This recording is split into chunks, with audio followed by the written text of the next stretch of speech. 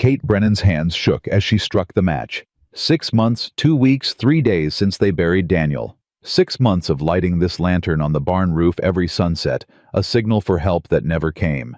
Tonight the wind howled cruel, trying to kill the flame, like it had killed everything else. She cupped the glass chimney, watched the wick catch. The town said she was mad. Let them talk. Someone had to remember. Someone had to refuse to forget. The light flared bright against the winter darkness. Her promise burned with it. Before we begin, if you're drawn to stories of courage, second chances, and justice in the untamed West, subscribe to this channel. Stay until the end to see how one woman's grief became a battle cry, and comment below with your city so I can see how far Kate's story travels. Now let's begin.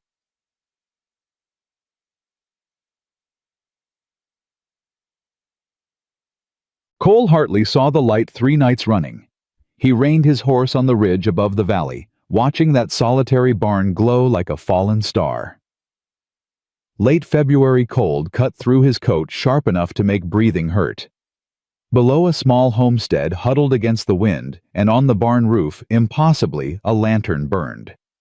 15 miles he'd ridden today surveying land for the railroad. 15 miles of frozen earth and empty sky. That light was the only human sign for hours. It pulled at something in him he'd thought long dead. Cole lifted his field glasses. Through the wavering lens he watched a woman climb down from the barn roof lantern still burning behind her. She moved with the careful deliberation of someone operating on the edge of exhaustion. Young, he thought. Alone, certainly. The wind tried to knock her sideways. She braced and kept walking. He should ride on. Railroad camp waited another 10 miles west. But his horse was tired, and that light nagged at him like an unanswered question. Cole made camp on the ridge. No fire, just his bedroll, and the vast, indifferent stars. The lantern burned below until past midnight, steady as a heartbeat. When it finally went dark, Cole found he'd been holding his breath. Morning brought him into Clearwater, Wyoming territory. Population maybe 301, bank, 2 saloons, a general store that doubled as post office. Cole tied his horse outside the mercantile and went in for coffee and information. The place smelled of sawdust and coffee and the sharp chemical bite of photographic supplies. A handful of women clustered near the fabric counter, voices low but carrying. 6 months now. One said an older woman in a severe gray dress. Still doing it every night. It ain't natural, another agreed. Daniel's dead and buried. Lighting that lantern won't bring him back. Maybe she's simple, the first woman said. Grief can break a mind. Cole approached the counter where a thin man with nervous hands was weighing out flour. Morning. Coffee and whatever you've got for breakfast. Biscuits and ham 20 cents. The shopkeeper said, not meeting Cole's eyes. Cole paid, took his plate to a bench by the window. The women's conversation continued quieter now but still audible. Someone should talk to her, for the child's sake if nothing else. You talk to her then, Margaret. See how far that gets you. Cole ate slowly, piecing together the story. A widow, a child, a nightly ritual that had the town talking. He told himself it wasn't his business. He had a job, a deadline, and a brother waiting in Cheyenne who'd finally agreed to meet after 3 years of silence. He finished his coffee, paid, and walked out into the cold morning. The widow came to town an hour later. Cole saw her from across the street loading supplies into a battered wagon. She wore a dark blue dress, mended carefully at the seams, and a wool shawl that had seen better years. Dark hair pulled back severe, face pale but composed like she'd learned to hold herself together through sheer will. A girl sat in the wagon bed, maybe 9 years old, watching the street with enormous wary eyes. She wore a coat 2 sizes too big, likely handed down or borrowed. The widow paid for her goods at the mercantile, counting out coins with precision. The shopkeeper took her money without a word. No pleasantries, no small talk. She thanked him anyway, voice quiet, but clear. Cole watched her load flour sacks, a small bag of cornmeal coffee sugar wrapped in brown paper. Careful purchases, nothing wasted. Her movements spoke of calculations. He recognized the arithmetic of survival when money runs thin. She climbed into the wagon, took up the reins. The wheel groaned under the weight as she released the brake. Cole heard the crack before he saw the damage. The front axle split, dumping the wagon forward at a dangerous angle. The girl cried out, grabbing the wagon rail. The widow caught her with one arm, held her steady, while the wagon settled into broken immobility. For 3 long seconds, nobody moved. The widow sat there, arm around her daughter, staring at the broken axle like it was a final judgment. Then she climbed down, helped the girl down, and knelt to examine the damage. People walked past, averted eyes, careful steps that took them wide around the broken wagon. Cole crossed the street. "Axles split clean through," he said, kneeling beside her without asking permission. "You got a spare?" She didn't look at him. "No. Hardware store might have one." "Can't afford it." Her voice was flat factual, no self-pity in it. Cole examined the brake. Clean split, like the wood had been weak for months, and finally gave up. "I can make a temporary repair. Get you home at least." "I didn't ask for help." "No, ma'am, you didn't, but I'm offering it anyway." She looked at him, then really looked. Her eyes were dark gray, the color of winter storms, and held nothing soft. "Why?" "Because your wagon's broke, and you've got a child sitting in the cold." "People in this town don't help me, mister. They have their reasons. I'm not from this town." Something flickered in her expression too quick to name. "You will be soon enough. Then you'll hear the stories, and you'll wish you'd kept riding." Cole pulled his tool roll from his saddlebag, selected a length of iron strap, and a handful of rivets. "I reckon I'll take that chance." He worked in silence, aware of her tension beside him, the way she held herself like someone expecting a blow. The girl watched from the wagon bed, signing something with her hands. The widow signed back quick, fluid gestures that spoke of long practice. "She's deaf," the widow said quietly, not looking at him. "Lost her hearing to scarlet fever 2 years back." "I know some sign," Cole said, focused on the repair. "Learned it in the war. Had a sergeant who couldn't hear artillery anymore after Shiloh." The woman's hands stilled on the wagon rail. Cole finished the iron strapping, tested the axle. It would hold barely if she drove careful. He stood, wiped his hands on his trousers. "Thank you," the widow said. The words sounded like they cost her something. "You're welcome." Cole tipped his hat to her, then to the girl who signed something that made her mother's mouth twitch toward a smile. "She says you're the first person who's looked at her instead of through her in 6 months." Cole signed back to the girl, slow and careful. "Nice to meet you. Drive safe." The girl's face transformed pure surprised joy, and she signed something rapid that Cole only half caught. "She wants to know if you'll come for supper," the widow translated, and now there was alarm in her voice. "You don't have to. She's just excited to meet someone who can talk to her." Cole looked at the woman's face, the exhaustion carved into it, the pride warring with desperate loneliness. He looked at the girl who was bouncing slightly in the wagon bed, hope written across every line of her small body. He thought about the railroad camp, the cold beans and hard coffee waiting. He thought about that lantern burning alone in the darkness. "I'd be honored," Cole said, "if it's not too much trouble." The widow hesitated so long he thought she'd refuse. Then she nodded once, sharp. "Sunset. Follow the north road 5 miles, you'll see the place. Barn's got a light on the roof." "I've noticed," Cole said quietly. Her eyes snapped to his, sharp and defensive. "Everyone's noticed. That's not the same as understanding." "No, ma'am," Cole agreed. "It's not." She climbed into the wagon, took up the reins. The girl waved at Cole, grinning. He waved back, watched them roll slowly out of town, the repaired axle groaning but holding. Behind him, a voice cut through the cold air. "You made a mistake, friend." Cole turned. A man stood on the mercantile steps, mid-50s expensive wool coat boots, polished to a high shine despite the muddy street.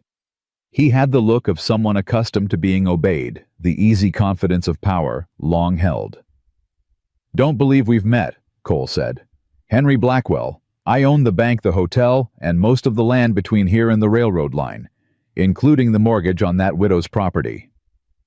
"That a fact." Blackwell descended the steps, came close enough that Cole could smell his pomade. "Kate Brennan's husband died 6 months ago. Unfortunate accident, or so the sheriff ruled. Since then, she's been living on borrowed time and borrowed money." "That light she burns every night? That's not mourning. That's accusation." "Accusing who of what?" Blackwell's smile never reached his eyes. "Ask around town. You'll hear stories. Woman's unstable, filling her daughter's head with fantasies about murder and conspiracy. The decent people of Clearwater have tried to help her, but she refuses to see reason. Reason being that she can't run that homestead alone.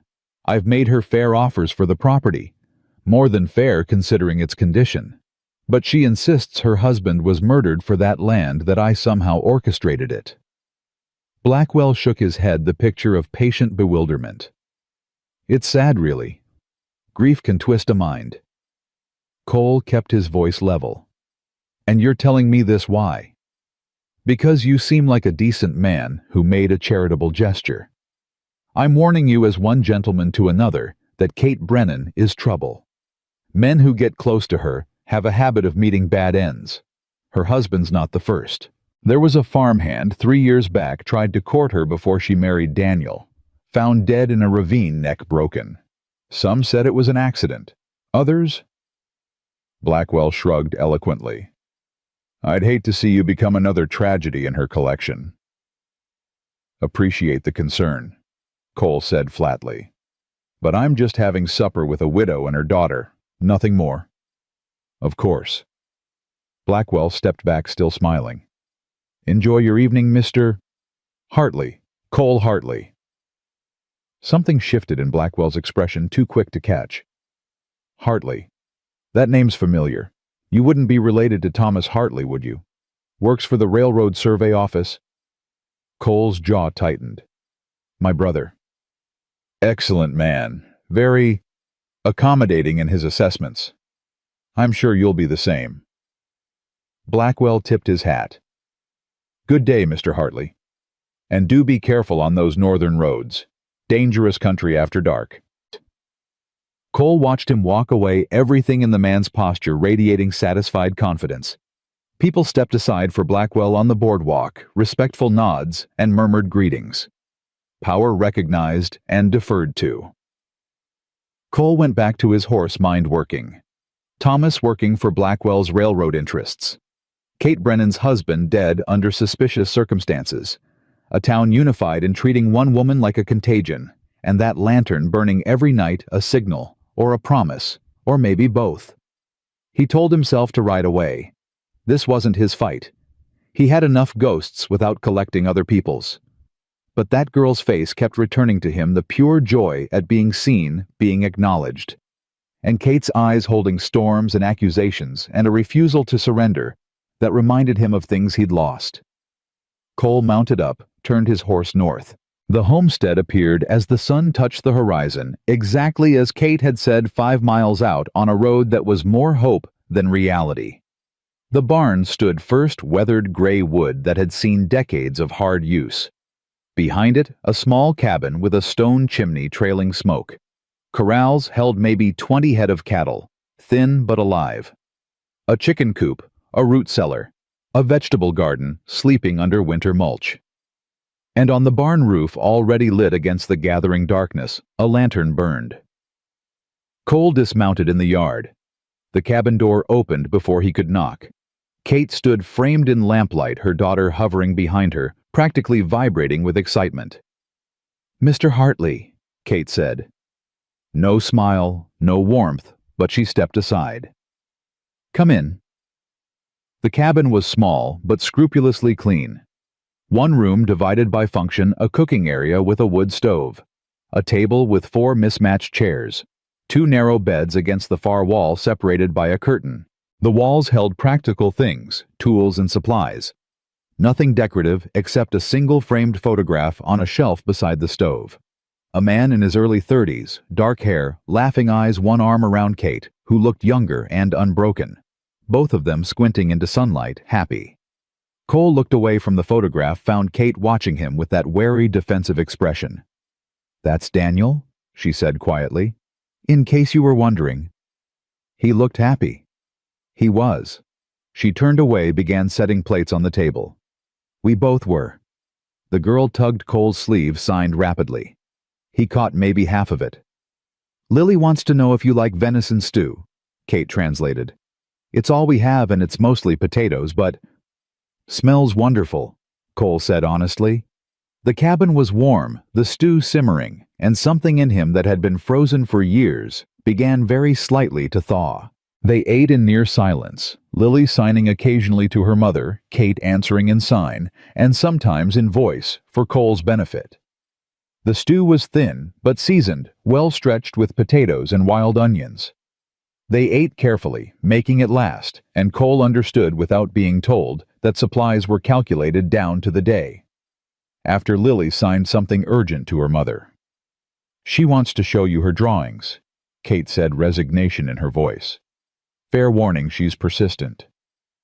Lily produced a stack of paper precious and carefully saved covered in charcoal sketches. They were good, surprisingly skilled for a child. Horses' landscapes, her mother working in the garden. And one that made Cole's chest tighten. A man and woman standing together, a child between them, a house with light in every window. "She draws what she remembers," Kate said softly. "And what she hopes." Lily signed something else shy now, and pushed a blank paper toward Cole with a piece of charcoal. "She wants you to draw something," Kate said. "You don't have to." Cole picked up the charcoal. He wasn't an artist, but he'd sketched survey maps for 3 years, learned to see land in lines and shadows. He drew quickly the view from the ridge, the valley below the barn, with its light burning like a small defiant star. Lily's face went still and serious as she studied it. Then she signed something that made her mother's breath catch. "She says you've been watching," Kate said, voice tight. "For 3 nights." Cole met her eyes. "Yes, ma'am. I have." "Why?" "Because I saw someone who wouldn't quit. Someone who kept fighting when the whole world went dark.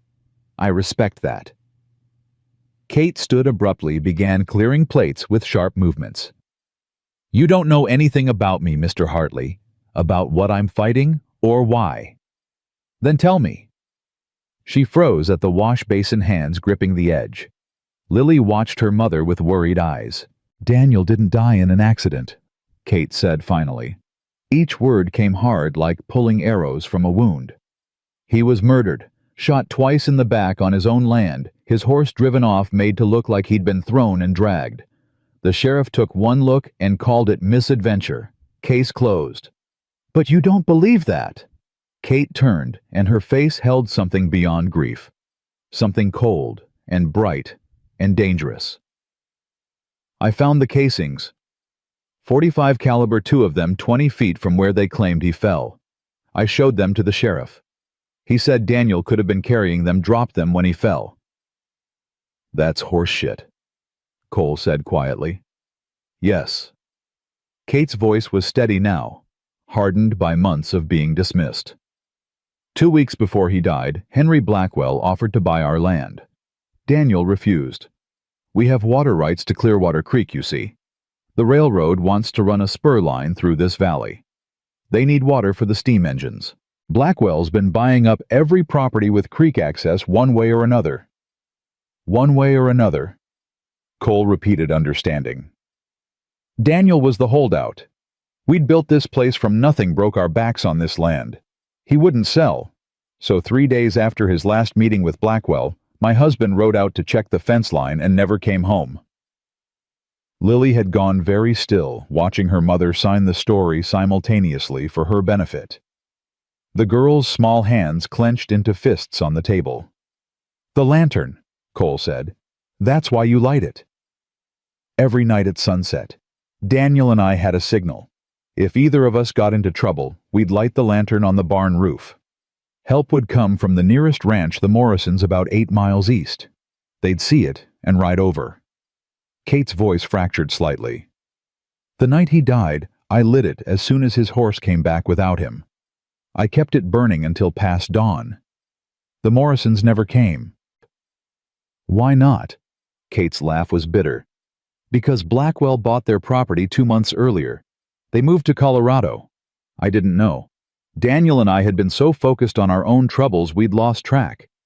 So I lit a signal that no one saw, and Daniel died alone on our land, and by the time I found him the next morning it was too late. The cabin was silent, except for the fire crackling in the stove. So you keep lighting it, Cole said. Every night. So they know I haven't forgotten. So they know I'm still here, still watching. Maybe it's mad. Maybe I am what they say I am. But I won't stop. I won't let them erase him. Lily signed something fierce, emphatic. She says we won't let them take our home, Kate translated. And she's right. This is our land. Bought legal, worked hard, paid for with Daniel's life. I'm not leaving. Cole was quiet for a long time, weighing his words. Your mortgage. How far behind are you? Kate's face shuddered. That's not your concern. How far? 3 months. Blackwell holds the note. He's been patient, he says, waiting for me to come to my senses and accept his generous offer. Her voice dripped acid on the word generous. Next month he files for foreclosure. I have until spring thaw to come up with $400 or vacate. $400. 6 months of wages for a ranch hand. An impossible sum for a widow working alone with a deaf child. What about family? Anyone who could help? Daniel's parents died before we married. Mine disowned me when I married a homesteader instead of the banker's son they'd chosen. Kate smiled without humor. Ironic, isn't it? They wanted me to marry wealth. Now wealth wants my land. Cole stood, moved to the window. Outside, full darkness had fallen. The lantern on the barn roof burned steady, its light reflecting off the snow in a small circle of defiance. I'm a surveyor for the railroad, he said quietly. My brother's a senior engineer. We're mapping the route through this territory. He heard Kate's sharp intake of breath. If you're here to pressure me... Cole turned. I'm here to tell you that I've seen preliminary surveys for 3 different routes through this valley. Only one requires water rights from Clearwater Creek. The other 2 run 5 miles south using the reservoir system. The route through your land is the most expensive by far. They'd have to blast through Granite Bridge 2 ravines grade at 15% for 4 miles. Kate stared at him. Then why insist on this route? That's an excellent question. Cole met her eyes. And I think the answer has more to do with your water rights than the railroad's needs. Someone wants this land bad enough to run track through solid rock rather than go around. Blackwell, Kate breathed. Maybe. Or someone else using the railroad as cover. Either way, it smells wrong. Cole pulled on his coat. I should go. I've imposed enough. Wait.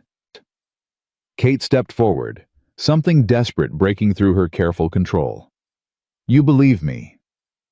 Yes, ma'am. The sheriff doesn't. The marshal doesn't. The whole town thinks I'm a grief-mad woman seeing conspiracies and accidents. But you believe me. I know what institutional corruption looks like, Cole said quietly. Spent 3 years watching it in uniform, and I know what someone looks like when they're telling the truth against all odds. Lily signed something urgent to her mother. She wants to know if you'll come back, Kate said. Her voice was carefully neutral, but something in her eyes betrayed how much the answer mattered. Tomorrow. For supper again. Cole looked at them, this woman and child against the world, burning their small light in the darkness. He thought about his brother in Cheyenne, the meeting he'd been avoiding. He thought about the safe thing, the smart thing, which was to ride away and forget what he'd heard tonight. Instead, he said, I'd like that. Kate nodded once sharp. Good, because if you're serious about believing me, I have 3 months of evidence I've collected. Documents. Testimonies people gave me in private but won't repeat publicly. Timeline of land purchases. And those shell casings I mentioned. You've been building a case. I've been preparing for war. Kate's voice was steel wrapped in velvet. I just didn't have an ally until tonight. Cole smiled, and it felt strange on his face, like a muscle he'd forgotten he had. Then tomorrow we'll look at your evidence, and we'll figure out what we're up against. He tipped his hat to Kate, signed goodnight to Lily, who was grinning so hard she looked like she might float. Outside he mounted his horse and rode back toward the ridge where he'd camped the previous nights. Behind him the lantern burned on the barn roof, but tonight it didn't look lonely. Tonight it looked like a declaration. Cole made camp, built a small fire, and stared at the flames. He'd come to Wyoming to survey land and reconcile with a brother he hadn't seen since the war ended. Instead, he'd found a widow with a deaf daughter, and a murdered husband, and a battle that wasn't his fight. Except it felt like his fight. Maybe it always had been. He thought about Blackwell's warning about men who got close to Kate Brennan meeting bad ends. He thought about his brother Thomas, who apparently was accommodating in his survey assessments. And he thought about that lantern burning steady through the darkness, a promise kept night after night, a refusal to forget, or forgive, or surrender. In the valley below, the light flickered once, then held. Cole fed another stick to his fire and settled in to watch. Tomorrow he'd start asking questions. Tomorrow he'd look at Kate's evidence and decide if her war was justified. Tonight, he was just a man on a ridge drawn to a light in the darkness, hoping that what he'd found was worth the trouble it would surely bring. The wind picked up cold and sharp, carrying the distant cry of wolves, or maybe something closer. Cole checked his rifle, pulled his bedroll tighter. Kate Brennan had lit her signal for 6 months, calling for help that never came. Tonight, finally, someone had answered. He just hoped he was strong enough for what came next. Cole woke to gunshots echoing across the valley. He rolled from his bedroll, rifle in hand, before his eyes fully opened. Dawn was just breaking gray light, washing the prairie in shades of ash. Below, near Kate's homestead, orange muzzle flashes punctured the dimness. He was mounted and riding hard before conscious thought caught up with instinct. The scene materialized through the morning mist like something from a nightmare. 3 riders circled Kate's cattle, firing pistols into the air, driving the herd toward the creek with deliberate chaos. Kate stood in her yard, rifle raised, shouting words Cole couldn't hear over the distance and gunfire. One rider broke from the group, charged straight at her. Cole's horse ate up the ground, hooves pounding frozen earth. He saw Kate's rifle buck, saw the rider's hat fly off, but the man kept coming. Kate was working the lever action, chambering another round, when the rider's horse slammed into her, sent her sprawling into the dirt. Cole fired once into the air as he cleared the last rise. The sharp crack of his Winchester cut through the chaos. The 3 riders wheeled toward him, saw him coming hard with rifle ready, and made a quick calculation. They spurred their horses toward the tree line, driving maybe 15 head of Kate's cattle with them. Cole could chase, or he could check on Kate. He chose Kate. She was pushing herself up when he reached her, blood streaming from her nose rifle still clutched in one hand. Lily stood in the cabin doorway, signing frantically, face white with terror. "I'm all right," Kate said, though she swayed when she stood. "Go after them. Those cattle are worth $50 a head." "They're already gone." Cole dismounted, caught her elbow, and she stumbled. "And you're not all right." "I've been worse." "That's not the reassurance you think it is." Cole signed to Lily that her mother was okay, watched the girl's small body sag with relief. "Inside. Let's see the damage." Kate's nose wasn't broken, but it was bleeding fierce. Her lip was split where she'd bit it in the fall. Cole fetched water from the well, helped her clean up, while Lily hovered close, hands shaking, as she signed questions too fast for Cole to follow. "She wants to know if they'll come back," Kate translated, pressing a wet cloth to her face. "Tell her the truth." Cole signed slowly to Lily. "Maybe, but I'm staying. You're safe." The girl signed something back that made Kate's eyes close for a long moment. What did she say? She said everyone who promises to protect us ends up dead. Kate's voice was flat. She's 9 years old, and that's what she believes. Cole knelt so he was eye level with Lily. He signed carefully. I'm hard to kill. Ask anyone who tried during the war. Lily almost smiled, but the fear didn't leave her eyes. Outside, the remaining cattle were scattered across the near pasture, spooked but settling. Cole counted maybe 20 head left. 15 gone was a devastating loss for an operation this size. This was Blackwell, Kate said, standing at the window. Her hands gripped the sill hard enough to whiten her knuckles. His men. Same tactics he used on the Morrisons before they sold. Stampede the stock, shoot a few head to salt the loss, drive them off your land. Insurance doesn't cover theft if you can't prove it was theft and not just strays wandering. You recognize any of them? The one who ran at me was riding a paint horse. White blaze down the face, 3 white socks. Kate turned to face him. That's the horse I saw tied outside Blackwell's barn 2 days after Daniel was shot. Cole felt something cold and sharp settle in his chest. You're certain? A man forgets faces, Mr. Hartley. A widow remembers horses. Cole, he said, if we're going to war together, you might as well use my name. Kate studied him for a long moment, something shifting in her expression. Cole. And I'm Kate, not ma'am, not Mrs. Brennan, just Kate. All right then, Kate. He moved to the table where she'd spread papers the night before, documents and timelines and careful notes in feminine handwriting. Show me everything. We're not waiting until tonight. We start now. They worked through the morning while Lily drew pictures at the far end of the table, her way of processing fear into something concrete. Kate had been thorough, painfully so. She had dates of every land purchase Blackwell had made in the valley over 18 months.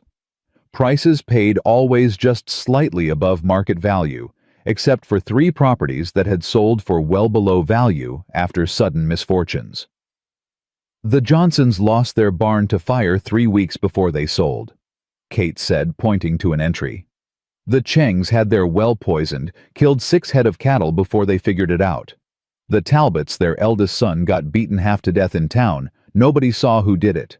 All of them sold within a month of their trouble. And Daniel? Kate pulled out a hand-drawn map marked with X's and dates. These are documented incidents over the past 2 years. Fires, thefts, accidents. Every single one happened to property owners who refused initial offers from Blackwell. Daniel was the 4th death.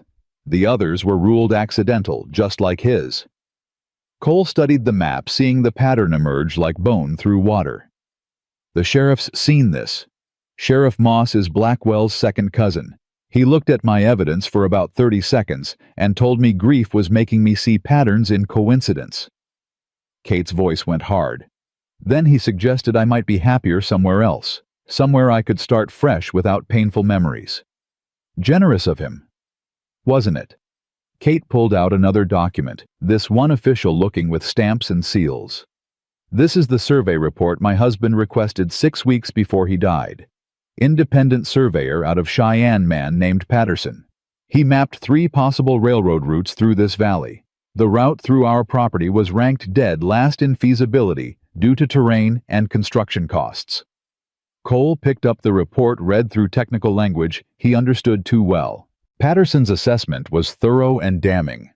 The route requiring Kate's water rights would cost nearly double the southern alternatives and take twice as long to complete. So why insist on this route? That's what Daniel asked. He rode to Cheyenne to meet with Patterson, get clarification. That was 3 days before he died. Kate pulled out a telegram worn from repeated handling. This came the day after Daniel's funeral. From Patterson's daughter.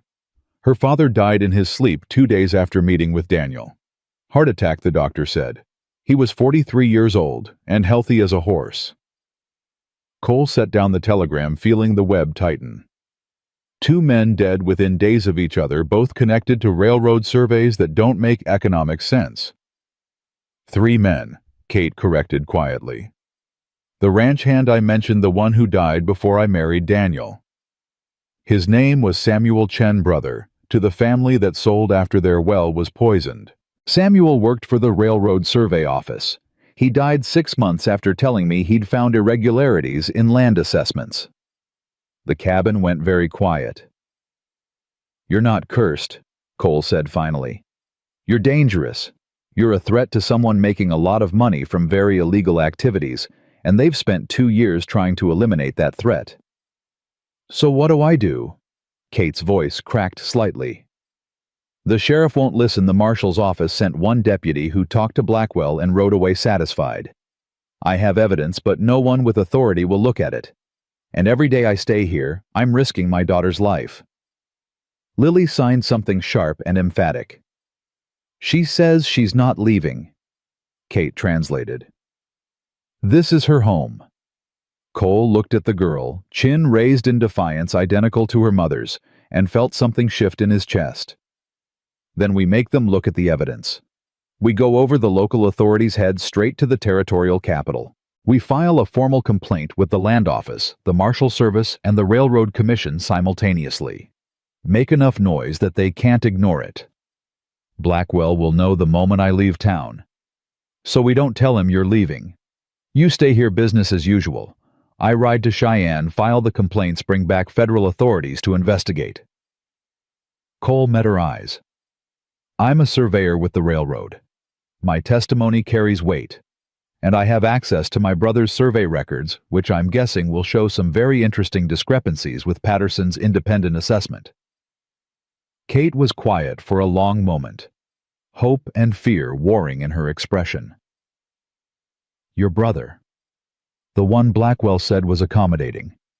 You think he's involved?"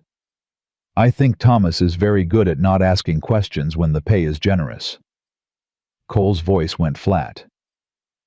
"But he's still my brother, and if he's signing off on fraudulent surveys, I need to know. This could destroy your relationship with him. We haven't had a relationship in 3 years." Cole stood, moved to the window. Outside, the sun was climbing, burning off the morning mist. "We fought in the war together, different units but same battles. I saw things, did things. Thomas saw worse, did worse. When it ended, we both scattered, couldn't stand being in the same room with our own memories. This job was supposed to be our reconciliation. Work together, rebuild what we'd lost." He laughed without humor.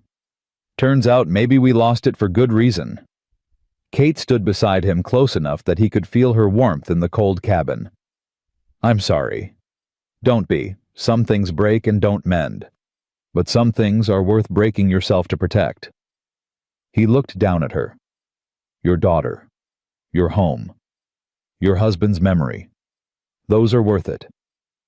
"And what are you protecting Cole Hartley?" The question landed like a fist. Cole was quiet for a long time before answering. "The idea that doing the right thing still matters. That honor isn't just a word we carved on monuments to dead men. That sometimes you can save people even if you couldn't save the ones before." Kate's hand found his on the windowsill.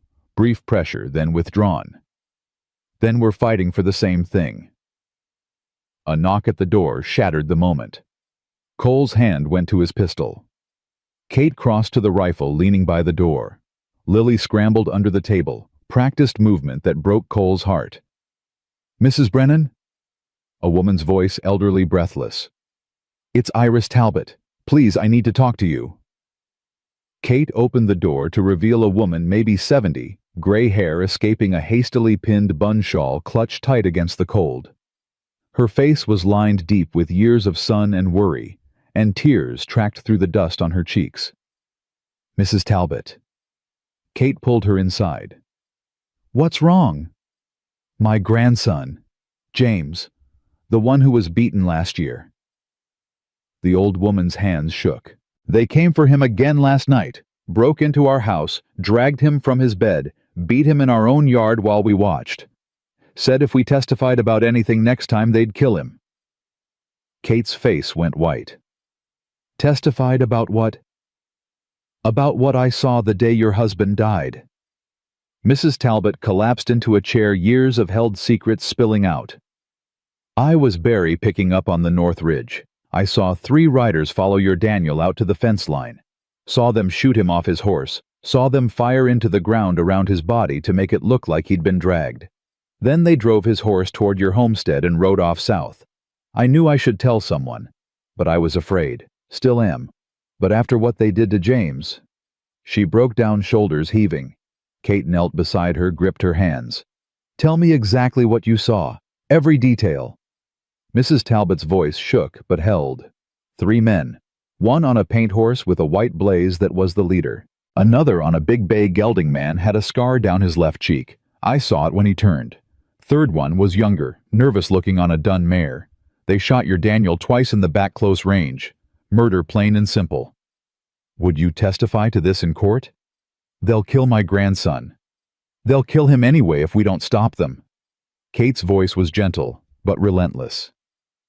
Mrs. Talbot, you're not the first person they've threatened, and you won't be the last. The only way this ends is if enough people stand up at once, that they can't silence us all. The old woman looked at Kate, then at Cole, then at Lily, peeking out from under the table. You're going to fight him. Really fight him. Yes, ma'am, Cole said. We're riding to Cheyenne to file federal complaints, but we need witnesses willing to testify on record. People who've seen what Blackwell's done, what his men have done. Others are scared, Mrs. Talbot said. The Johnsons left Wyoming entirely. The Changs won't speak to anyone, but there's a few who might talk if they knew they weren't alone. She straightened her shoulders, decision made. I'll testify, and I'll talk to the others, see who else has courage left. Kate stood, pulled the old woman up with her. This will get dangerous. I'm 73 years old, child. Everything's dangerous at my age. Might as well go down fighting. After Mrs. Talbot left, Kate turned to Cole. We leave tomorrow. Tonight I need to talk to people quietly. See who else might be willing to stand witness. I'll come with you. No. Kate's voice was firm. You're an outsider, and your brother works for the railroad. If Blackwell's men see us together, they'll put pieces together too fast. I can move through this community, have conversations. You can't. She was right, and Cole hated it. Then I stay here with Lily. Keep watch. She can come with me. She's safer in town during daylight than alone on this homestead. And tonight... Kate's jaw set. Tonight, I light my lantern like always. Let them think nothing's changed. Let them think I'm still just a mad widow burning light for ghosts. They spent the afternoon preparing. Kate packed documents into a leather satchel, waterproofed and ready for travel. Cole checked his weapons, cleaned his rifle, counted ammunition. Lily moved between them, helping where she could, fear and determination mixed in her small face. Late afternoon, Kate and Lily rode to town in the repaired wagon. Cole watched from the barn roof, standing exactly where that lantern burned each night. From here, he could see for miles the valley spreading out in all directions. He understood why Kate chose this spot for her signal. Any rider within 5 miles would see it clear. He also understood that anyone watching would know exactly where she was every night at sunset. Cole climbed down, checked the perimeter. He found tracks from that morning's raid, followed them to the tree line where they vanished into a maze of trails. Professional work covering their route. But one horse had thrown a shoe, left a distinctive mark in the soft earth near the creek. Paint horse based on the hoof size and stride length. White blaze, 3 white socks, now with one front shoe missing. Cole filed the information away, headed back to the cabin. He built up the fire, set coffee on, and waited. They returned at sunset. Kate's face drawn, but eyes bright with something like hope. 7 families, she said, lifting Lily down from the wagon. 7 willing to testify. 3 more who'll provide written statements, but won't appear in person. It's not much, but it's a start. It's plenty. Cole handed her coffee, black and strong, the way she'd taken it the night before. That's 10 documented cases of intimidation, property damage, and violence. Pattern of racketeering. Federal prosecutors love patterns. Kate drank deep warmth, seeping back into her face. Mrs. Chen told me something interesting. Her husband kept records of every irregular surveyor report he'd seen while working for the railroad. Names, dates, property descriptions. He hid them before he died, told her where in case anything happened. She's going to retrieve them tonight, give them to me tomorrow. That's a smoking gun if the records show your land was deliberately misassessed. More than mine. Mrs. Chen says there are at least 15 properties that were overvalued for purchase, but undervalued for taxation, all in Blackwell's name now. If that's not fraud, I don't know what is. Cole set down his coffee, mind working. We need to leave day after tomorrow, first light. That gives you time to collect Chen's records, say your goodbyes, arrange care for your stock while we're gone. Mrs. Talbot offered to watch the place and the cattle. Her grandson James wants to help prove he's not afraid anymore. Good. Cole moved to the window. Full darkness had fallen. Better light your lantern. Kate hesitated, hand on the door. You really think we can win this? I think we have to try. And I think you've been trying alone for 6 months. Now you've got help. He met her eyes. We leave in 2 days, we ride hard. We file every piece of paper that makes this official and unstoppable. And then we come back here and we hold this ground until federal law shows up to defend it. And if Blackwell figures out what we're doing before we get to Cheyenne, then it gets interesting. Cole checked his rifle one more time. But that's tomorrow's problem. Tonight we keep the pattern normal. You light your lantern, I stay out of sight, Lily sleeps safe. Kate nodded once, sharp and decisive. She bundled into her coat, took the lantern from its shelf. Come on, Lily, help me with the ladder. Cole watched from the window as mother and daughter crossed the yard to the barn. Kate climbed to the roof, Lily steadying the ladder below. The match flared bright in the darkness. Then the lantern caught warm golden light, pushing back the night. Kate stood on the barn roof for a long moment, silhouetted against her burning promise. Then she climbed down, took Lily's hand, and walked back to the cabin. Inside, she shook snow from her coat and hung it by the door. Lily signed something that made her smile. What did she say? Cole asked. She said the light looks different tonight. Brighter maybe, or maybe just less lonely. Cole smiled. Smart kid. They ate dinner, quietly venison stew, stretched with more potatoes, cornbread, that Kate had somehow made from their dwindling supplies. Lily chattered in sign language about her day in town, the few children who'd been kind to her, the shopkeeper who'd given her a peppermint stick when her mother wasn't looking. After Kate put Lily to bed, behind the curtain sang something soft and low that Cole didn't recognize. He sat by the fire, pretending not to listen, but the sound wrapped around something in his chest and squeezed. When Kate emerged, she looked exhausted, but not defeated. Coffee, Cole offered. Please. They sat on opposite sides of the table, the cabin quiet except for Lily's soft breathing and the fire's crackle. Can I ask you something? Kate said finally. Anything. Why are you really doing this? And don't tell me it's about honor or doing the right thing. There's something else. Something personal. Cole was quiet for a long time, turning his cup in his hands. 3 years ago, I was mustering out of the Army. My unit was in Missouri, transitioning back to civilian life. There was a woman there, Martha Hayes' widow, with 2 young sons. Her husband had died at Gettysburg. She was being pressured by a local railroad man to sell her property. Same tactics, different territory. Threats, intimidation, mysterious accidents. What happened? I was there for 3 weeks. I saw what was happening, knew it was wrong. But I was tired, Kate. Bone tired in a way sleep couldn't fix.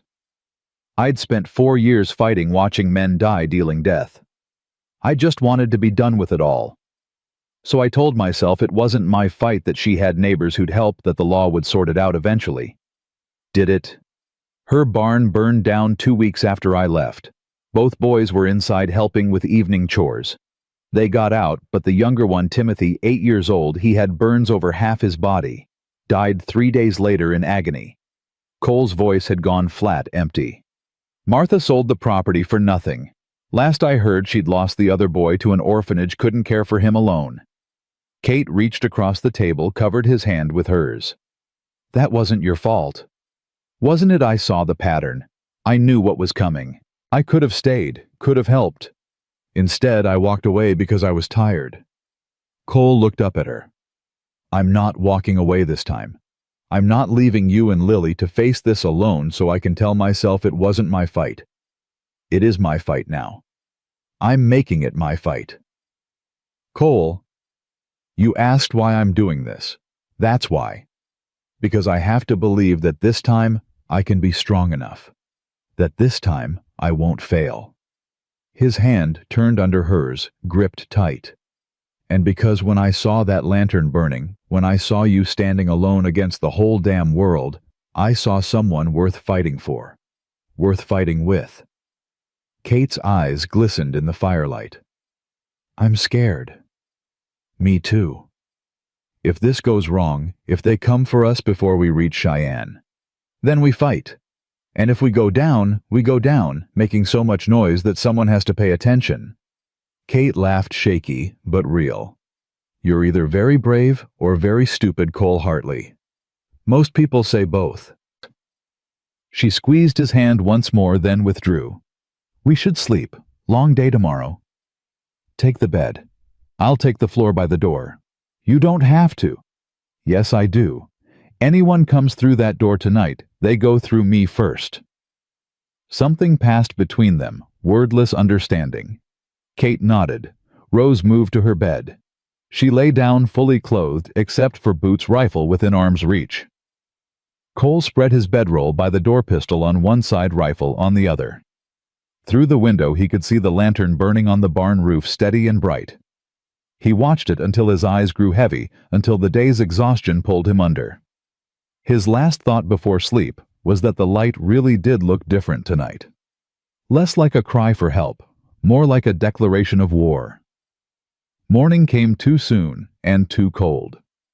Cole woke to find Kate already up, coffee made, Lily dressed, and eating cornmeal mush at the table. He pushed himself up, joints protesting, and accepted the cup Kate handed him. Mrs. Chen's coming this morning with those records, Kate said quietly. After that, I need to ride to the Morrison place, let them know what we're planning. I thought they'd moved to Colorado. Different Morrisons. These are cousins settled on the East Range about 6 months ago. They don't have much, but they're honest people. If anything happens to us, they've agreed to take Lily. Cole's chest tightened. Nothing's going to happen. But if it does, I need to know she'll be safe. That she won't end up in some territorial orphanage where they'll see her deafness as a burden instead of just part of who she is. Lily was watching them, reading their lips, her small face serious. She signed something to her mother. She says she's not going to the Morrisons because we're all going to be fine, Kate translated. And she's coming to Cheyenne with us because someone needs to make sure we don't do anything stupid. Cole signed directly to Lily. You're right. We need someone smart along. The girl grinned, signed back something rapid that he missed. She says you're learning sign language too slowly, and she'll teach you properly on the ride to Cheyenne, Kate said, smiling despite everything. A horse approaching fast killed the moment. Cole was at the window, rifle ready. Kate positioned herself between the door and Lily, her own weapon drawn. They waited tense as drawn wire until the rider materialized through the morning mist.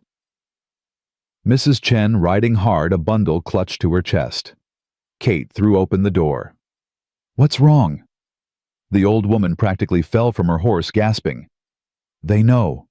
Blackwell's men. They came to my house this morning, ransacked it, looking for my husband's papers. I'd already retrieved them last night, thank God, but they tore the place apart. They're going house to house, anyone who talked to you yesterday. Dear God. Kate took the bundle, heavy with documents. Are you hurt? Shaken, nothing more. But Kate, they're coming for you next. They know you're planning something. You have to leave now before they arrive. Cole was already moving, saddling horses, throwing supplies into packs. How much time do we have? An hour, maybe less. They were heading to the Talbots when I left. Kate thrust the document bundle into a saddlebag, grabbed her prepared satchel. She signed rapid orders to Lily, who ran to pack her few belongings. In less than 5 minutes, they were ready to ride, lives compressed into what 2 horses could carry. Kate turned to Mrs. Chen. Tell the others to scatter. Don't testify, don't resist. Just get to safety until this is over. And you? We're riding to Cheyenne. We're ending this. They mounted up, Kate pulling Lily up behind her. Cole led the way north toward the ridge trail, away from town, away from the obvious southern route. Behind them, the homestead sat silent and waiting. The lantern remained on the barn roof, unlit in the morning sun, its vigil interrupted for the first time in 6 months. They rode hard until the homestead was out of sight, then stopped to breathe the horses and plan. Blackwell will have men watching the main roads, Cole said. We take the high trail through the mountains, follow the Clearwater River north before cutting east. It adds 2 days to the journey but keeps us off predictable routes. 2 days sleeping rough in February. Kate looked at Lily, who signed something brave but couldn't hide the fear in her eyes. We'll freeze. We'll survive, and we'll make it to Cheyenne. Cole met Kate's gaze. Trust me. She held his eyes for a long moment, then nodded. I do. God help me, but I do. They rode north as the sun climbed 3 people against an entire corrupt system, carrying evidence that could destroy a powerful man or get them killed trying. Behind them, the valley spread out vast and indifferent. Ahead, mountains rose sharp against the winter sky, promising both shelter and danger. Kate looked back once at her home disappearing in the distance. The barn where she'd lit her nightly promise. The cabin where her husband had died and her daughter had been born, and her life had both ended and refused to end. Then she turned forward and rode hard, because sometimes survival meant leaving behind everything you were trying to protect in order to save it. The war had begun. The mountain trail disappeared under 2 feet of snow by midday. Cole dismounted, led his horse by the reins through drifts that came up past his knees. Behind him, Kate struggled to keep her mare moving. Lily clinging to her back, small arms wrapped tight around her mother's waist. The wind cut through their layers like they were wearing nothing at all. How much farther to the river crossing? Kate's voice barely carried over the wind. 3 miles, maybe 4. Cole stopped, let the horses breathe. His lungs burned with cold air. We're making half the time I'd hoped. Lily signed something against her mother's back. Kate's face went tight. She says her feet are numb. Cole moved to them, pulled Lily down. The girl's boots were soaked through ice crystallizing on the leather. He stripped off his own dry socks, wrapped them around her feet over the wet ones, tied them secure with strips of cloth from his pack. You'll freeze, Kate protested. I'll keep moving. She can't. Cole lifted Lily back up. The girl signed thank you teeth, chattering too hard to do it properly. He signed back, stay strong, almost there. They pushed on. The sun, what little they could see through the clouds, started its descent toward evening. Cole knew they needed shelter before full dark, or the cold would kill them as surely as Blackwell's men. His mind worked through options, all of them bad. The sound of hoofbeats behind them stopped his heart. Cole spun, rifle coming up. Through the blowing snow, 3 riders materialized like ghosts closing fast. He recognized the lead horse immediately. Paint with a white blaze missing its front left shoe. Ride, Cole shouted to Kate. Get Lily out of here. Kate didn't argue. She spurred her horse forward, crashing through the snow toward the tree line. Cole fired once over the riders' heads, buying seconds, then mounted and followed. The trees offered some cover, but not enough. The riders knew this country moved through it with practiced ease. Cole heard them spreading out, flanking, cutting off escape routes. He pushed his horse harder, felt the animal struggling beneath him. Kate's mare stumbled, went down in a drift. Lily flew clear, rolled, came up signing frantically. Kate was trapped under the horse leg, pinned. Cole reached them as the 3 riders converged from different angles. He dismounted, hauled Kate free, felt her gasp of pain as her leg came loose. The mare struggled up, favoring her left foreleg. Lame. Get on my horse, Cole ordered, lifting Lily up first. Now, Kate. You can't? Now. The riders were 50 yards out and closing. Cole fired twice more, saw one man duck, heard another curse. Kate mounted behind Lily, kicked the horse forward. Cole grabbed the lame mare's reins, used her as a shield, while he backed toward the trees. The lead rider, the man on the paint horse, reined up 20 feet away. He was big, scarred face, cold eyes that held no mercy. "You're making this harder than it needs to be, surveyor. Blackwell just wants the woman and her papers. You can ride away, no harm done." "That's a generous offer," Cole said, rifle steady on the man's chest. "I'm declining." "Your funeral." The man gestured. His companions spread wider, trying for angles. Cole fired, worked the lever, fired again. The riders scattered, returned fire. A bullet whined past Cole's ears so close he felt the displacement. Another punched through his coat sleeve, grazed skin, without hitting bone. He ran. The trees swallowed him thick, pine offering cover. He could hear Kate and Lily ahead his horse crashing through underbrush. Behind him, the three men dismounted, came on foot. Smarter than he'd hoped. Cole found Kate sheltering behind a massive deadfall. Lily pressed against her, both of them shaking.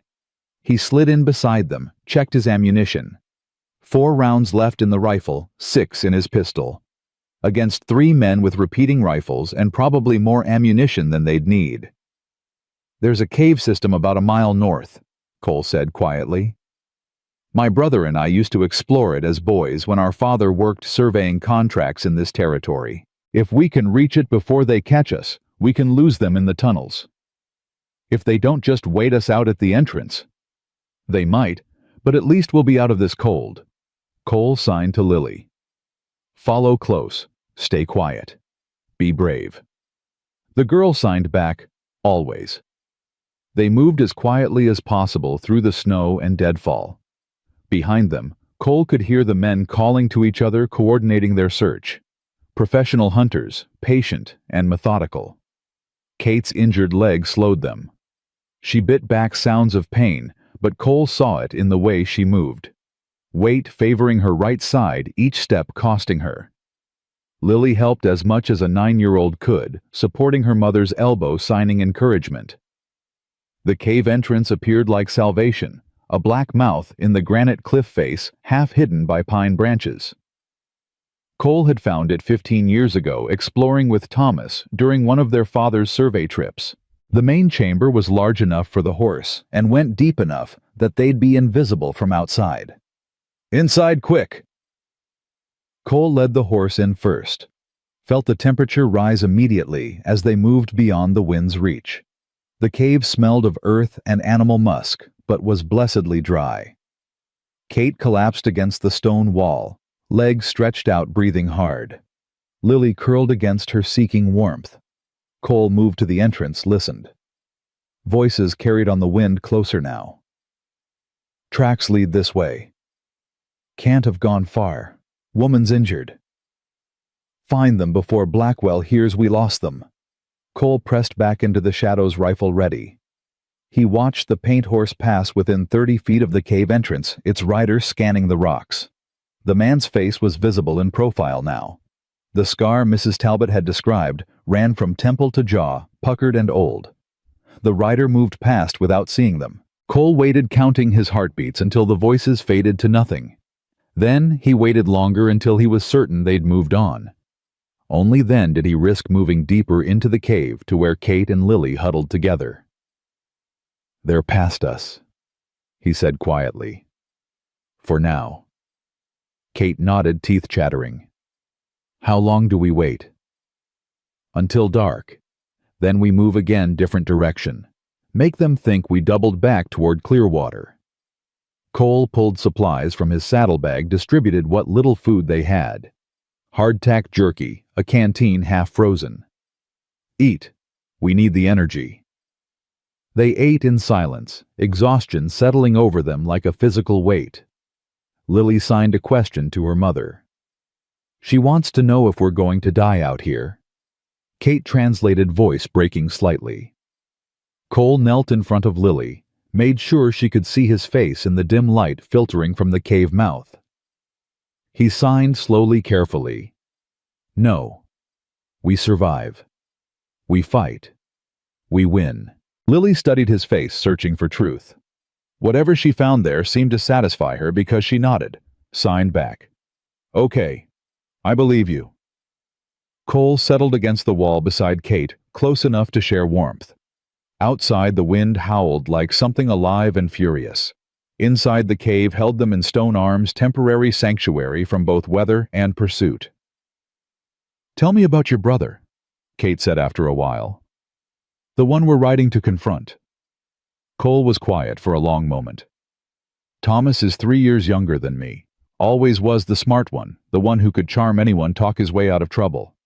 I was the serious one, the one who followed rules and expected the world to be fair." He laughed without humor. "War taught us both different lessons.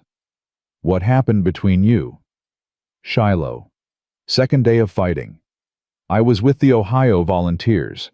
Thomas was with an Illinois regiment that got chewed up by Confederate artillery. I found him after the shooting stopped pulling wounded men from a mass grave they'd been dumped in. Some were still alive barely. Thomas was digging with his bare hands, trying to save anyone he could."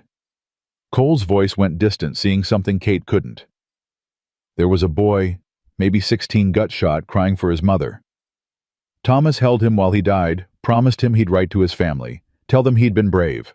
After the boy stopped breathing, Thomas looked at me and said, 'What's the point of any of this?' I didn't have an answer then, still don't. That's when things changed between you. That's when we both changed. Thomas started taking risks, volunteering for suicide missions, acting like he wanted to die, but was too stubborn to let the enemy do it. I started shutting down, doing my job mechanically, refusing to feel anything because feeling meant breaking. By Appomattox, we were strangers who happened to share blood."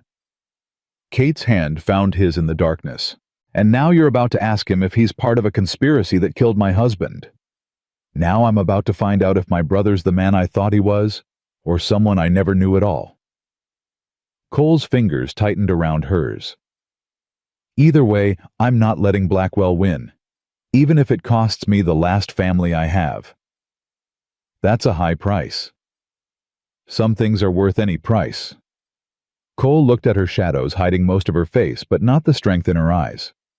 "Your daughter, your home, justice for Daniel, those are worth it." "And what about you, Cole?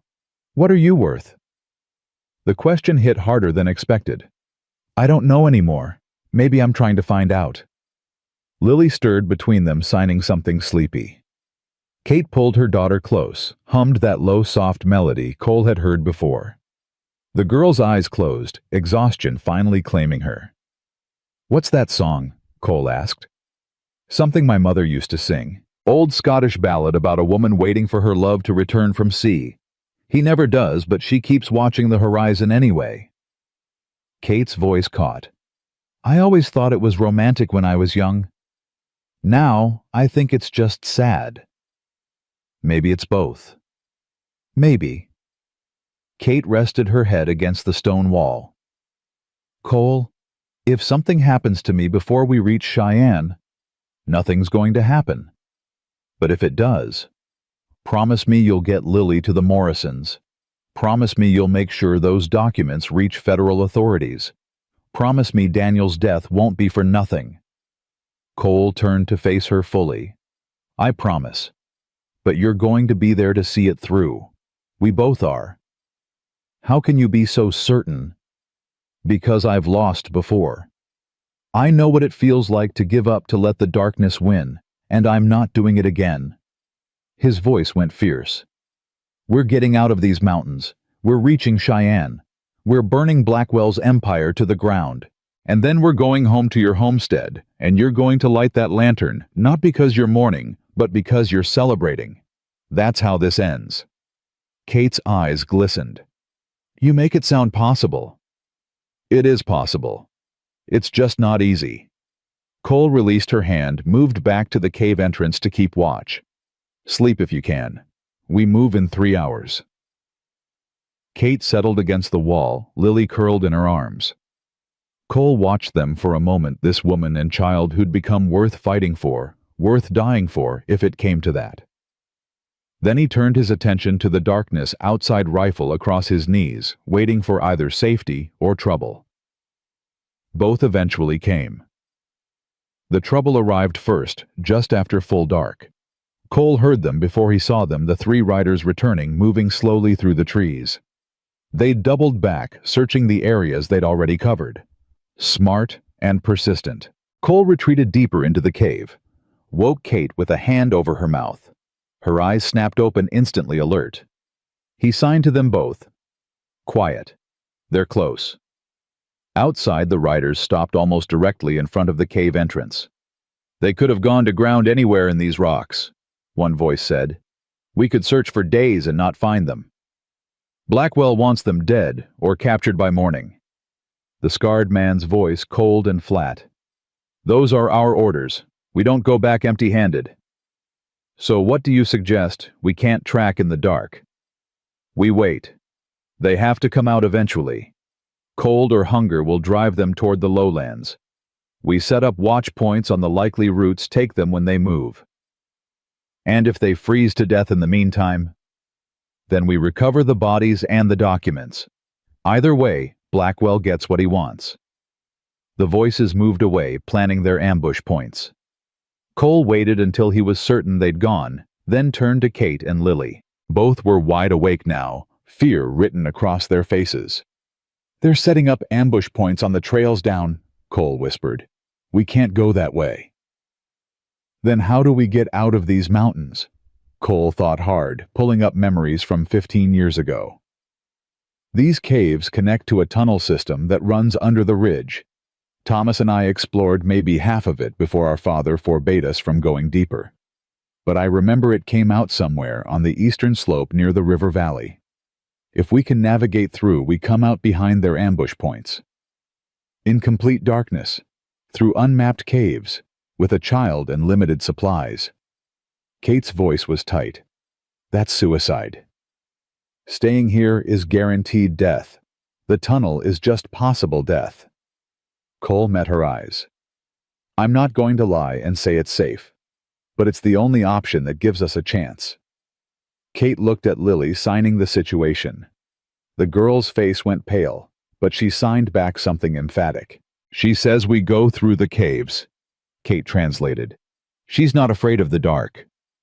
Brave girl, Cole said, and meant it.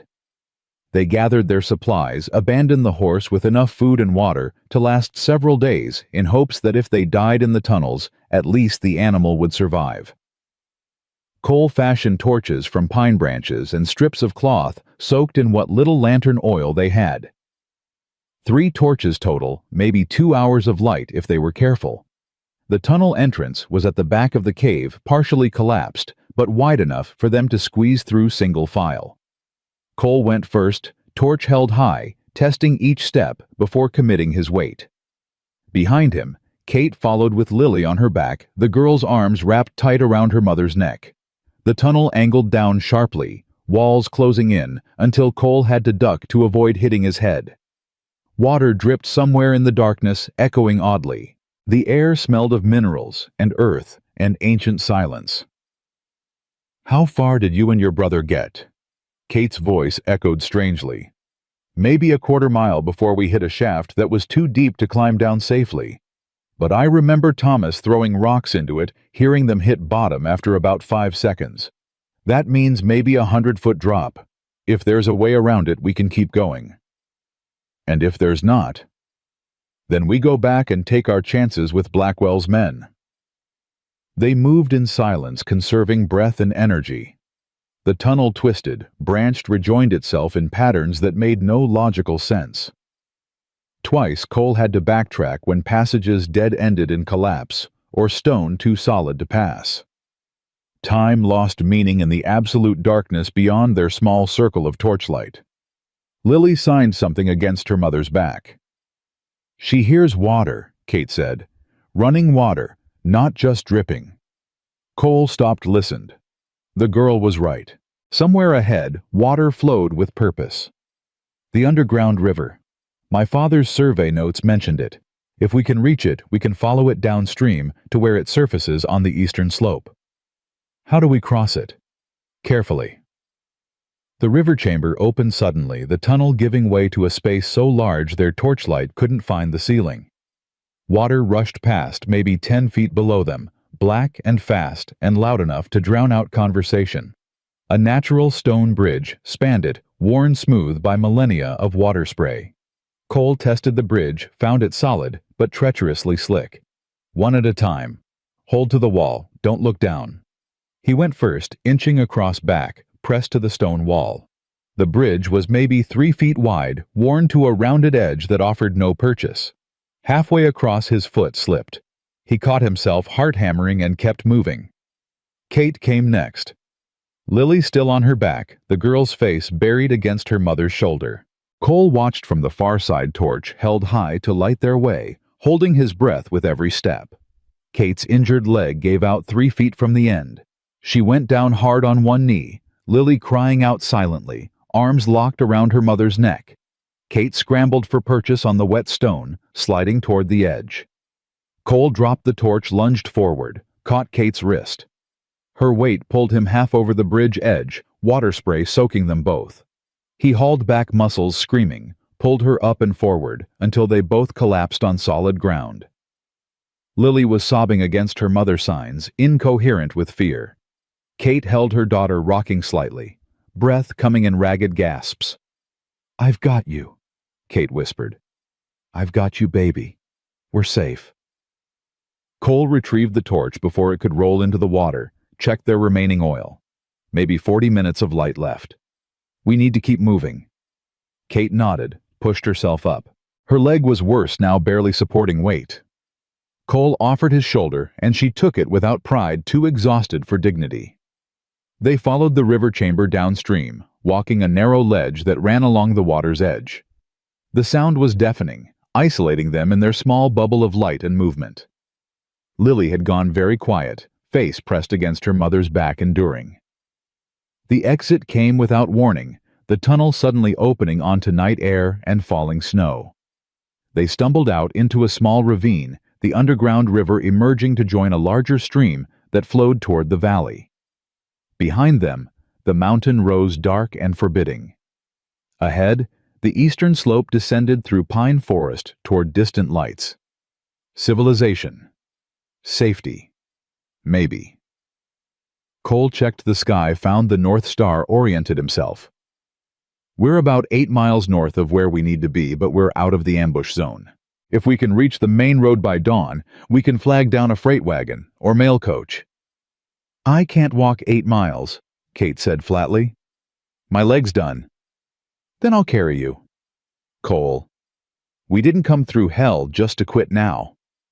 Cole knelt, helped Lily down, then positioned himself for Kate to climb on his back. "Up, that's an order." Kate climbed on, arms around his neck, leg hooked over his hip. She was lighter than he'd expected, worn down by months of grief and struggle, and not enough food.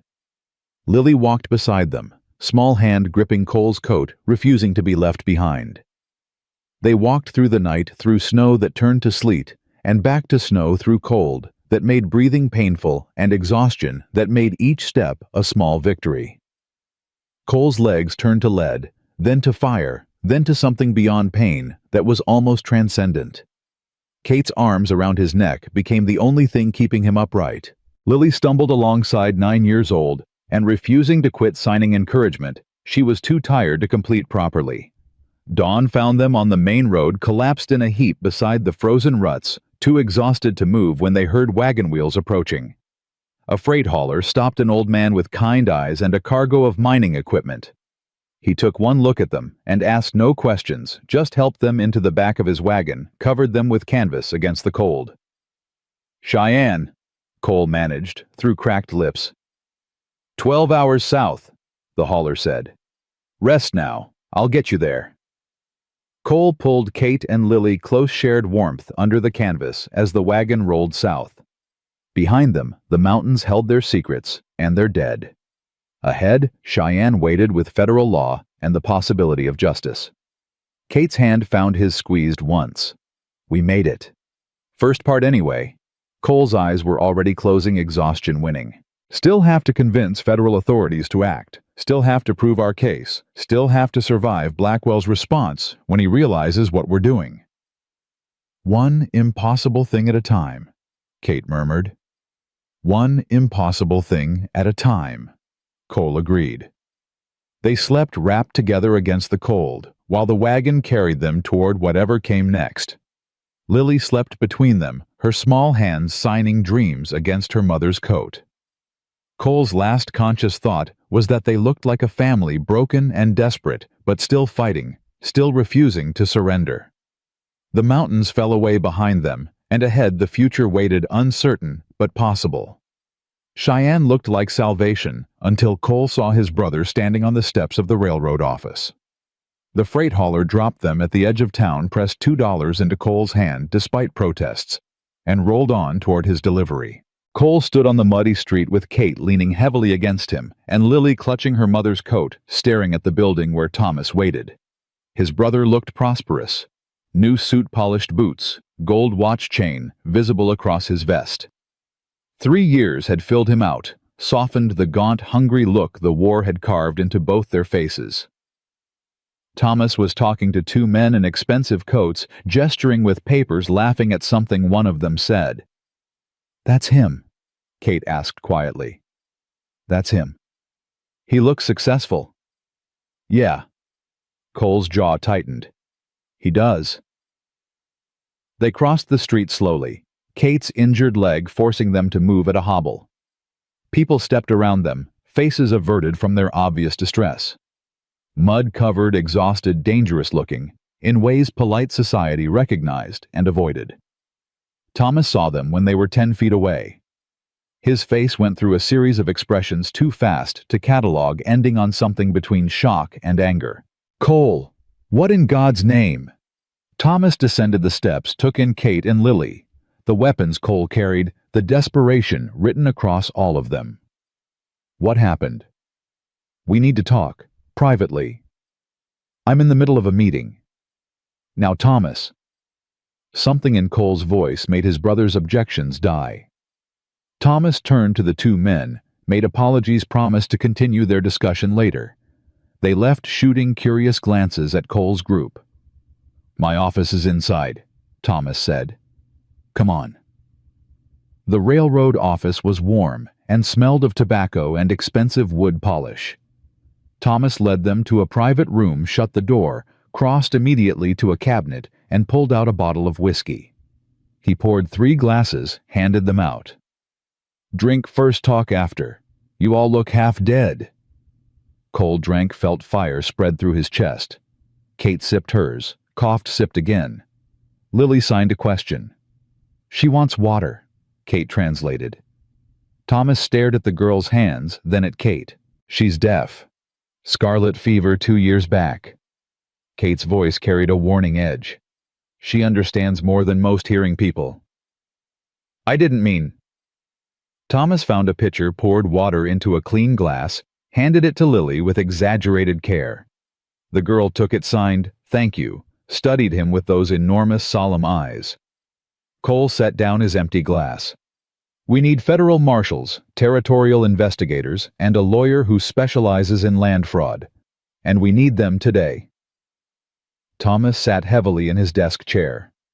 "Start from the beginning." So Cole did. He laid out Kate's story. Daniel's murder, Blackwell's pattern of intimidation and violence. The fraudulent survey reports, the 3-day run through the mountains with hired guns on their trail. He pulled out Mrs. Chen's documents, spread them across Thomas's desk alongside Kate's carefully compiled evidence. Thomas listened without interrupting, face unreadable. When Cole finished, silence filled the office like smoke. "You're accusing Henry Blackwell of conspiracy, murder, and racketeering," Thomas said finally. "I'm not accusing. I'm proving."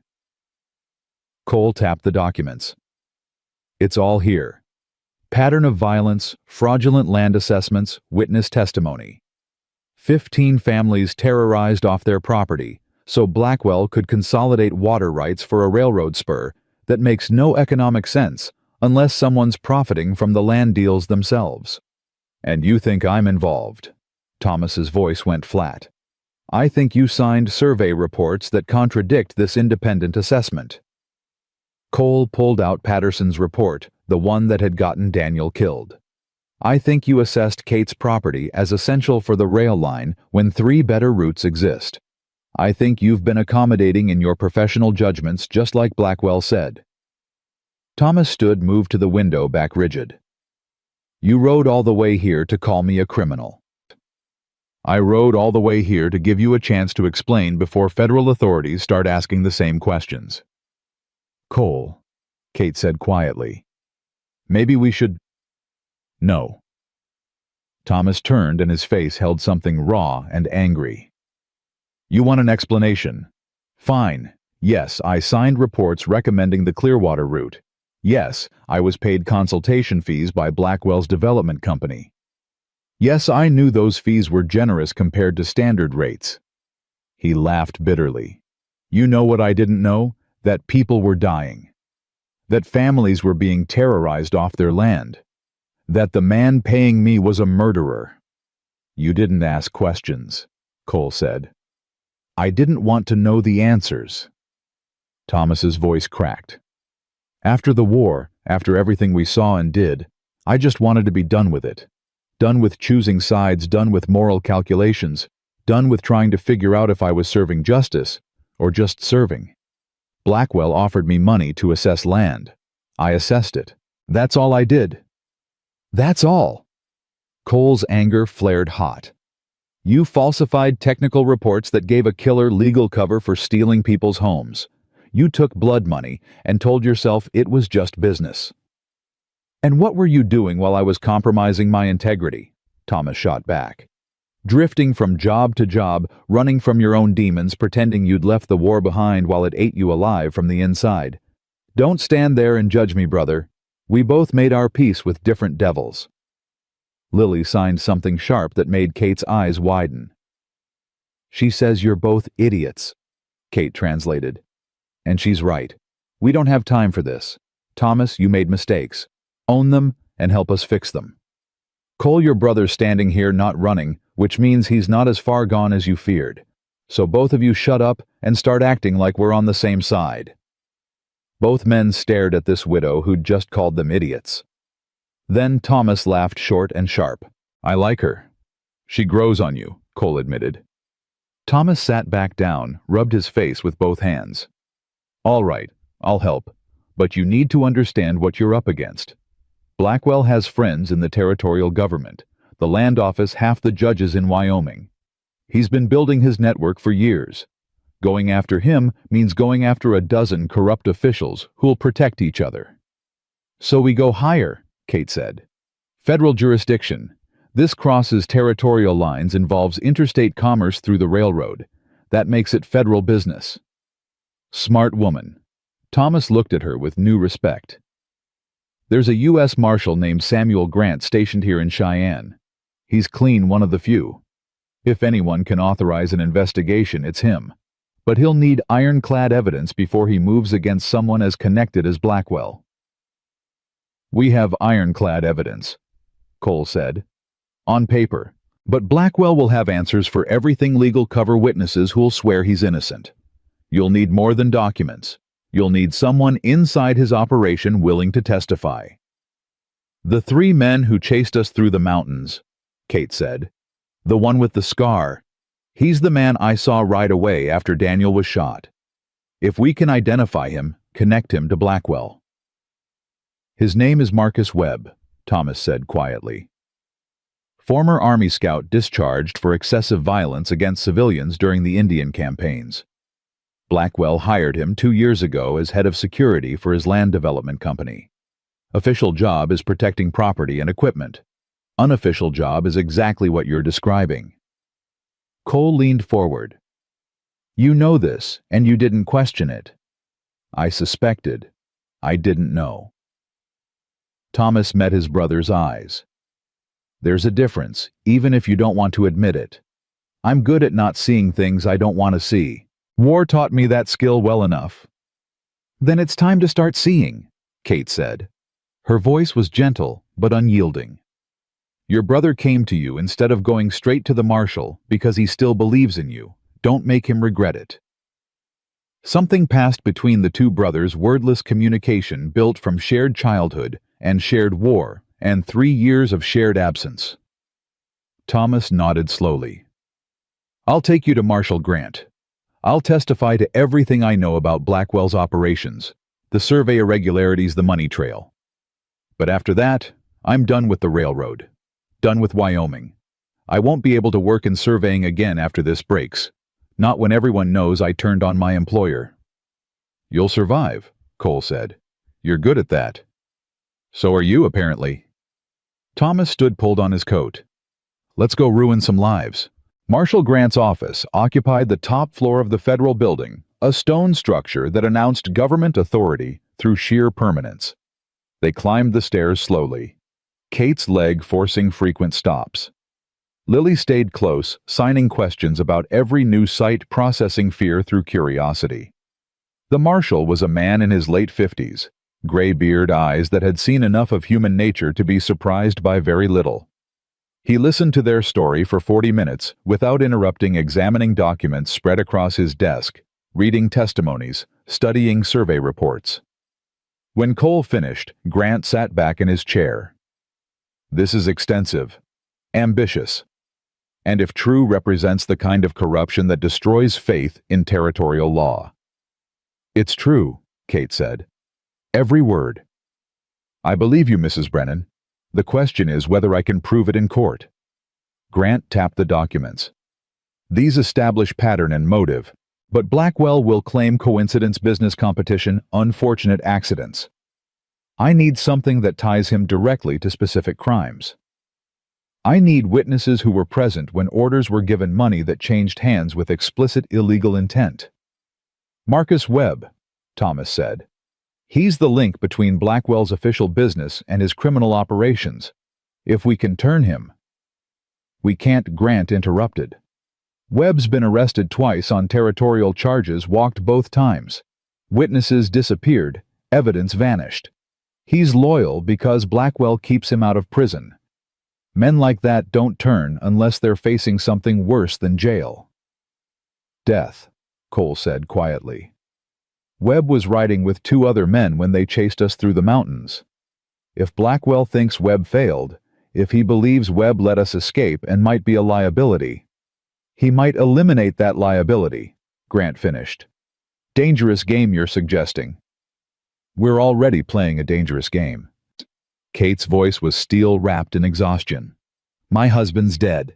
My home's under siege. My daughter's been traumatized. I'm not interested in safe anymore. I'm interested in effective. Grant studied her for a long moment. You remind me of my late wife. She had that same quality, that refusal to bend, even when breaking seemed inevitable. He stood, moved to a map of Wyoming territory pinned to his wall. Here's what I can do officially. I can authorize an investigation into land fraud in the Clearwater Valley region. I can request audit of railroad survey contracts. I can interview witnesses who've signed statements. That will take weeks and give Blackwell plenty of time to cover his tracks. And unofficially? Cole asked. Unofficially, I can send a telegram to Blackwell informing him that you've filed federal complaints and are under marshal protection. I can mention that we are particularly interested in speaking with Marcus Webb regarding his testimony about the recent incidents. That should make Blackwell nervous about Webb's continued reliability. You're painting a target on Webb's back, Thomas said. Webb painted a target on his own back when he chose violence as a profession. I'm just making sure everyone can see it clearly. Grant returned to his desk. Meanwhile, you 3 stay in Cheyenne under protective custody. I have a safe house, nothing fancy but secure. You rest, recover, let me do the legal work. If Blackwell makes a move against Webb, we'll know he's desperate. Desperate men make mistakes. How long? Kate asked. Give me 3 days.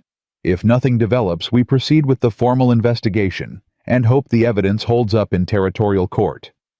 And if something does develop, then we move fast and hope we're fast enough.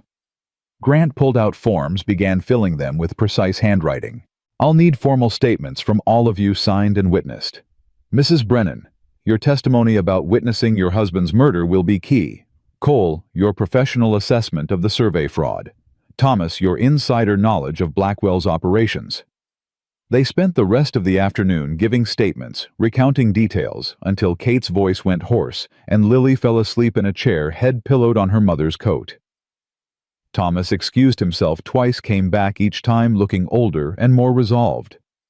Evening found them at the safe house, a small frame building on the edge of town, under guard by 2 deputy marshals. The place was clean and warm, with 3 beds and a kitchen stocked with basic supplies. Luxury compared to caves and frozen mountains. Kate collapsed on a bed, fully clothed, asleep, before her head hit the pillow. Cole carried Lily to the second bed, tucked her in with blankets that actually smelled clean. The girl murmured something in her sleep, signed half-formed words against the pillow. Thomas stood in the doorway watching. "She's brave, that kid." "Braver than both of us combined," Cole agreed. "Kate, too. She's good for you." "It's not like that." "Isn't it?" Thomas smiled slightly. "You rode through hell for her, Cole. You're willing to destroy your relationship with me for her. That's either love or something very much like it." Cole had no answer to that.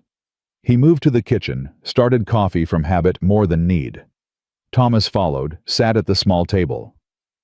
"I'm sorry," Thomas said quietly, "for the choices I made, the things I ignored. You were right to confront me. You're helping now. That's what matters." "Is it? Or is it too little too late?" Thomas stared at his hands. "After the war, I thought I could just choose not to see evil. Like if I focused on technical problems, mathematical solutions, I could avoid moral complications. Turns out you can't. Evil finds you whether you're looking for it or not." "We were both running," Cole said.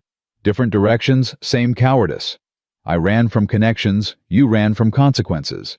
Maybe we're finally done running." "Maybe." Thomas accepted the coffee Cole poured. "What happens after this is over? If we win, if Blackwell goes down, if Kate gets her justice, what then?" Cole thought about the homestead, the barn where a lantern burned nightly, the cabin too small for 3 people, but somehow the right size anyway. "I don't know. Haven't planned that far ahead." "That's not like you. You always had a plan." "War burned the plans out of me. Now I just take each day as it comes. And if one of those days includes a family, a home, a reason to stop drifting."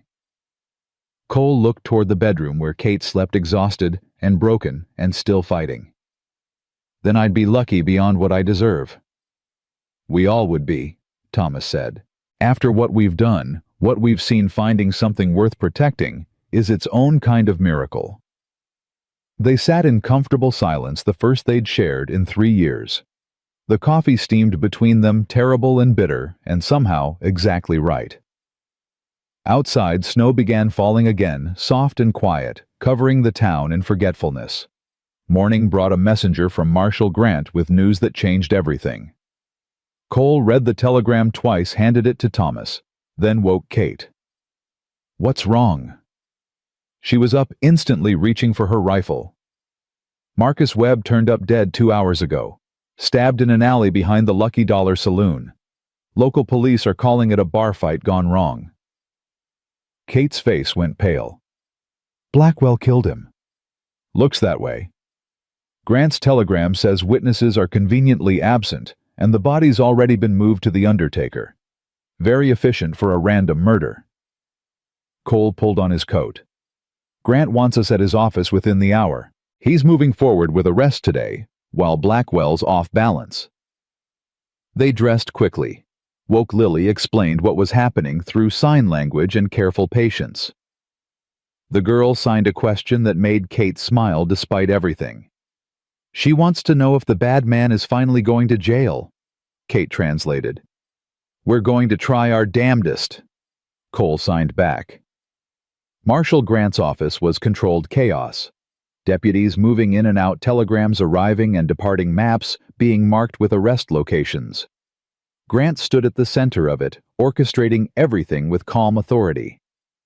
"Webb's death gives us probable cause," he said without preamble. Blackwell had motive and means to eliminate a liability. I've got warrants for Blackwell, his head accountant, and 3 other men identified in your documents as part of his operations. We move in 2 hours simultaneous arrests across the territory." "He'll run," Kate said. "I'm counting on him trying.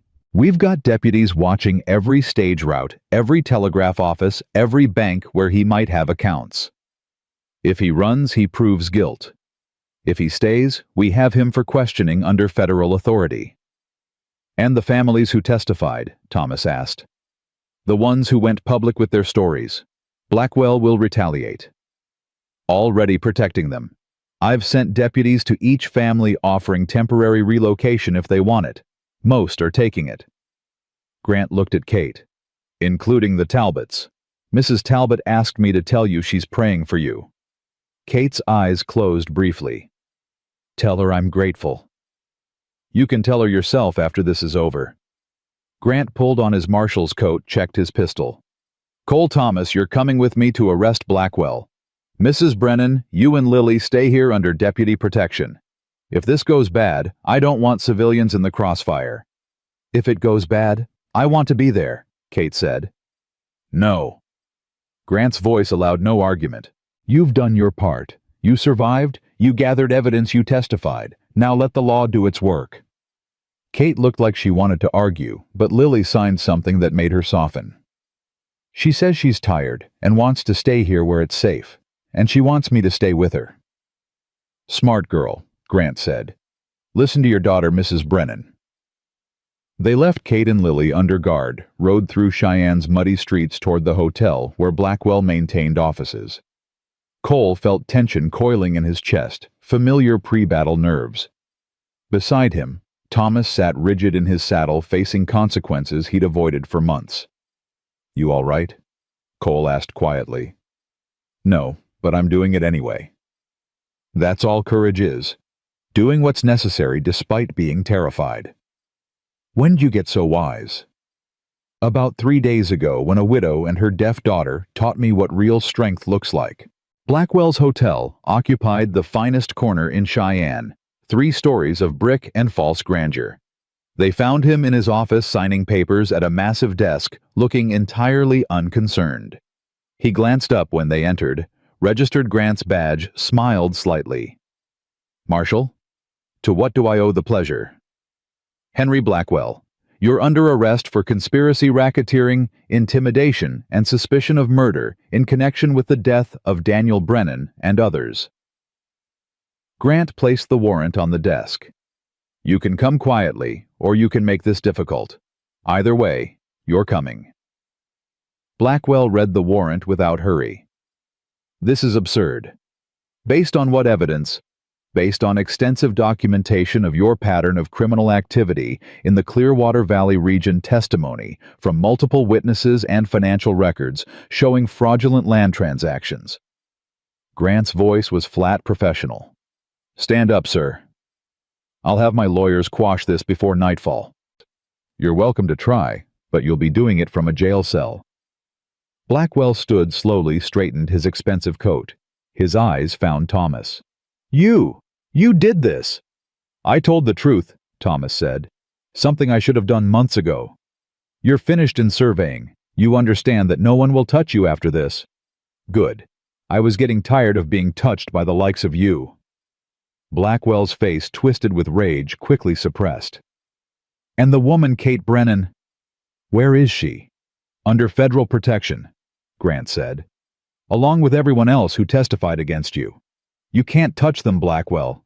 That's over." "Nothing's over until I say it's over." "Actually," Cole said quietly, "it ended the moment Kate Brennan decided to fight instead of run. You just didn't know it yet." They led Blackwell out in handcuffs, the great man reduced to just another criminal doing the perp walk through public streets. People stared, whispered, began to understand that power wasn't permanent, that justice occasionally won. Back at the marshal's office, Kate was waiting with Lily. When she saw Blackwell in custody, something in her face crumbled and rebuilt itself stronger. She stood, walked straight to the man who'd destroyed her life, looked him in the eyes. "My husband's name was Daniel Brennan. Remember it. Because that's the name that brought you down." Blackwell said nothing, but something in his expression flickered. Fear, maybe, or recognition that he'd underestimated this woman from the very beginning. Marshal Grant locked Blackwell in a cell, posted guards sent telegrams to territorial authorities. The machinery of justice ground forward slow but inexorable. Cole watched it happen, felt something like hope stirring in his chest. Outside, evening was falling. Somewhere north in the Clearwater Valley, a homestead waited empty. A barn stood dark without its nightly lantern, but the darkness was temporary now. The light would return different than before, but no less real. Kate found Cole standing at the window, Lily drawing pictures at a nearby table. "Thank you," she said simply. "For what?" "For believing me, for staying, for being the help I called for 6 months ago that finally arrived." Cole turned to her. "I should thank you. For showing me that some fights are worth having, that running doesn't solve anything, that courage looks like lighting a lantern every night, even when no one's watching. We make a good team." "Yeah, we do." Lily signed something, held up her drawing. It showed 3 people standing in front of a house light streaming from every window. Above the house, stars filled the sky, and written across the top in careful letters, "Home." Kate's breath caught.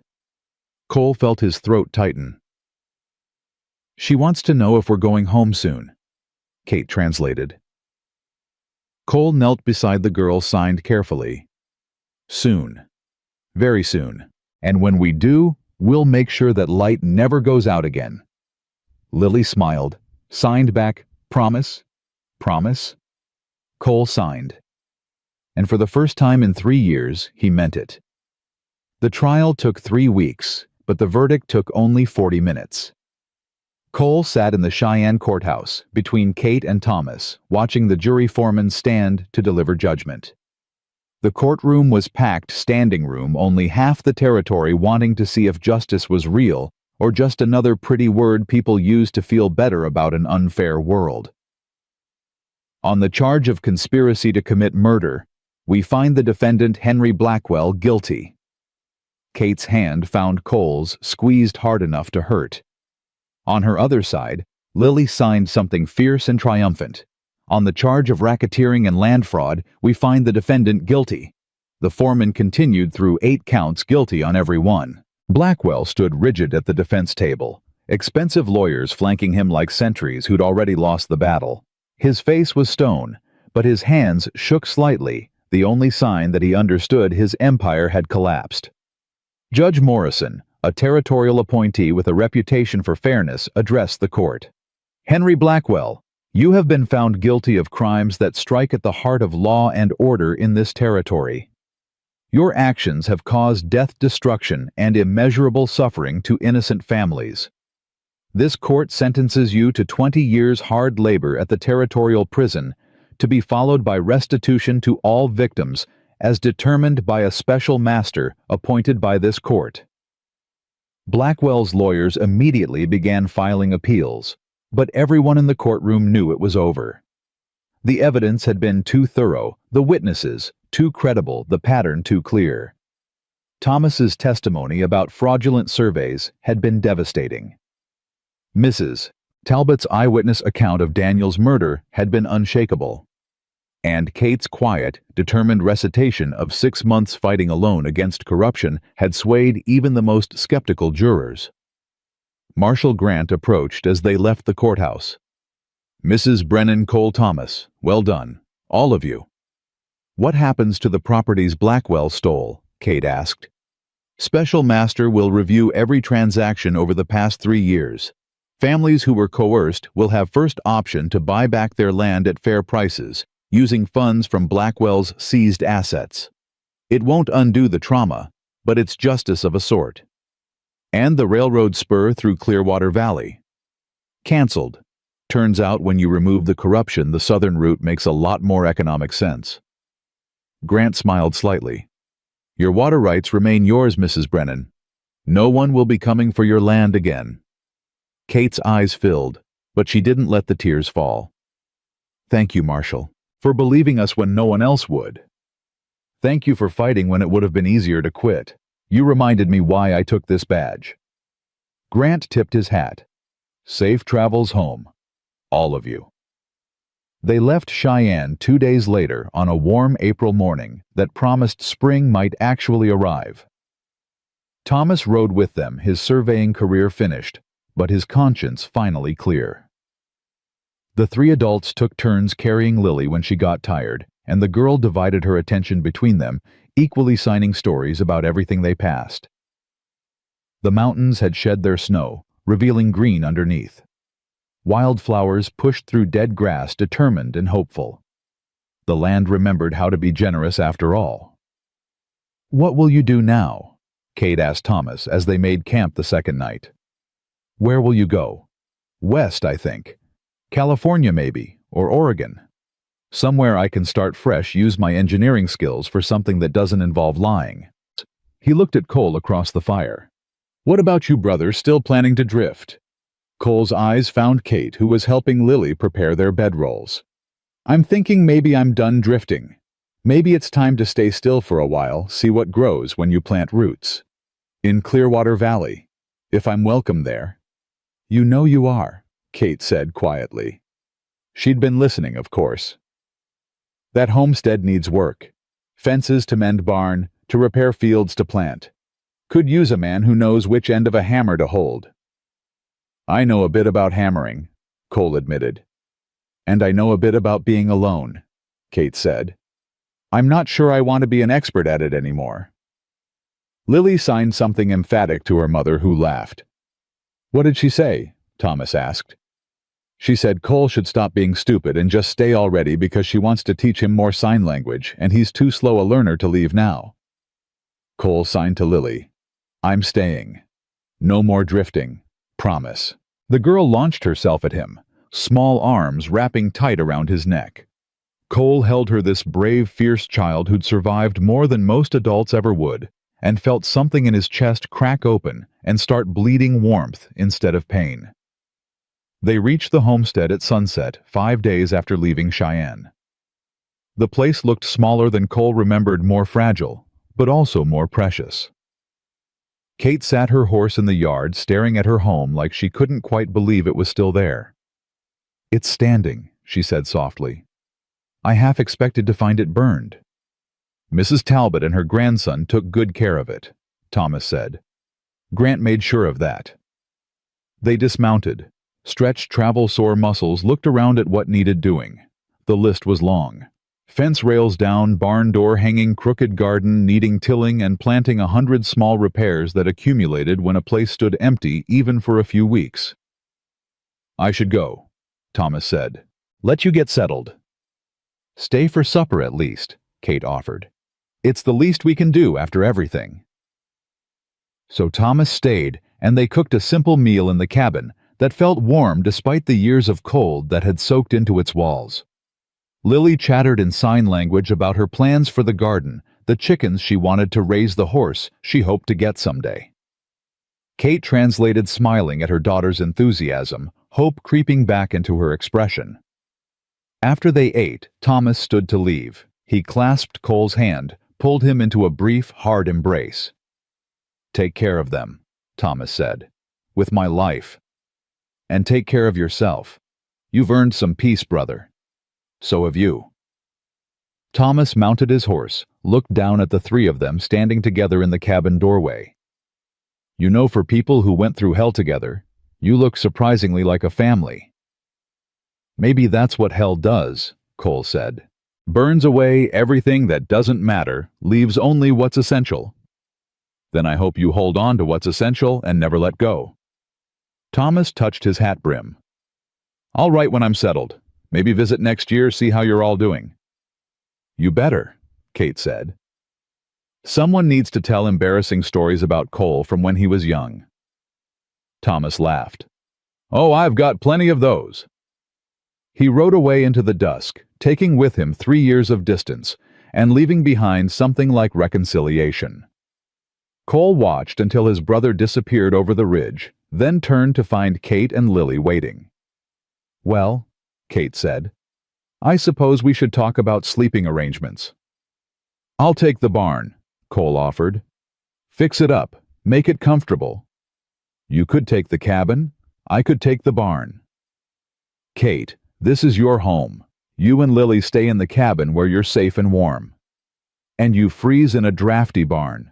That seems fair. She crossed her arms, expression stubborn. We could build an addition, nothing fancy, just a room attached to the cabin. Give everyone proper space. That would take weeks. Then we have weeks. It's April, winter's over. We've got time to do things right. Kate's voice softened. Cole, I'm not asking you to stay out of pity or obligation. I'm asking because I want you here. Lily wants you here. We're better together than apart, and I think you know that. Cole looked at the cabin, small and weathered but solid. He thought about the life that could be built here, the mornings waking to purpose, the evenings sitting by the fire with people who mattered.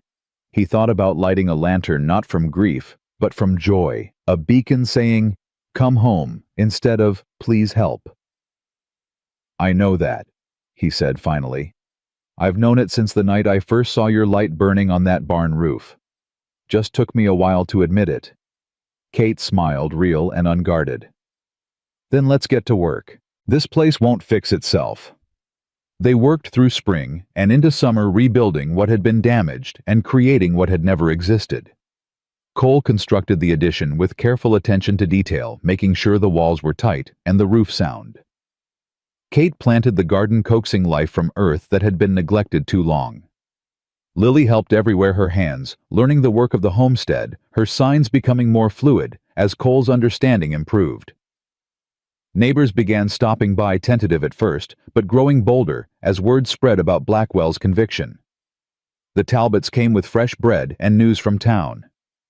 The Chens returned from temporary exile with seeds for the garden and stories about rebuilding their own place. Mrs. Abernathy, who Cole had never met but heard stories about, arrived with a stern lecture about proper nutrition and 3 jars of preserved peaches. The isolation Kate had endured for 6 months evaporated like morning frost under sun. The community that had abandoned her returned, some with apologies, some with excuses, all of them eventually welcome, because holding grudges took energy better spent on living. In July, Cole finished the addition. It had a proper bed, a desk, a window that looked out over the valley. Kate inspected it with the critical eye of someone who knew construction, nodded approval. It's good work, solid. Should last a few decades if we maintain it properly. Kate repeated. I like the sound of that. Lily signed something from the doorway, grinning. She says, when are you two gonna stop dancing around what's obvious and just get married already? Kate translated, blushing. Cole looked at Lily. That obvious, huh? The girl nodded vigorously, signed something else. She says she asked you months ago if you were going to be her father, and you said if she wanted you to be. Well, she wants you to be. Officially. Kate's voice was soft. And so do I, if you're interested in that particular arrangement. Cole crossed to Kate, took her hands in his. They were work-roughened, scarred from months of fighting and surviving, the most beautiful hands he'd ever seen. Kate Brennan, I came to this valley as a drifter with nothing to offer but a rifle and some surveying skills. You gave me purpose. You gave me family. You gave me a reason to stop running and start building. So yes, I'm interested in that arrangement.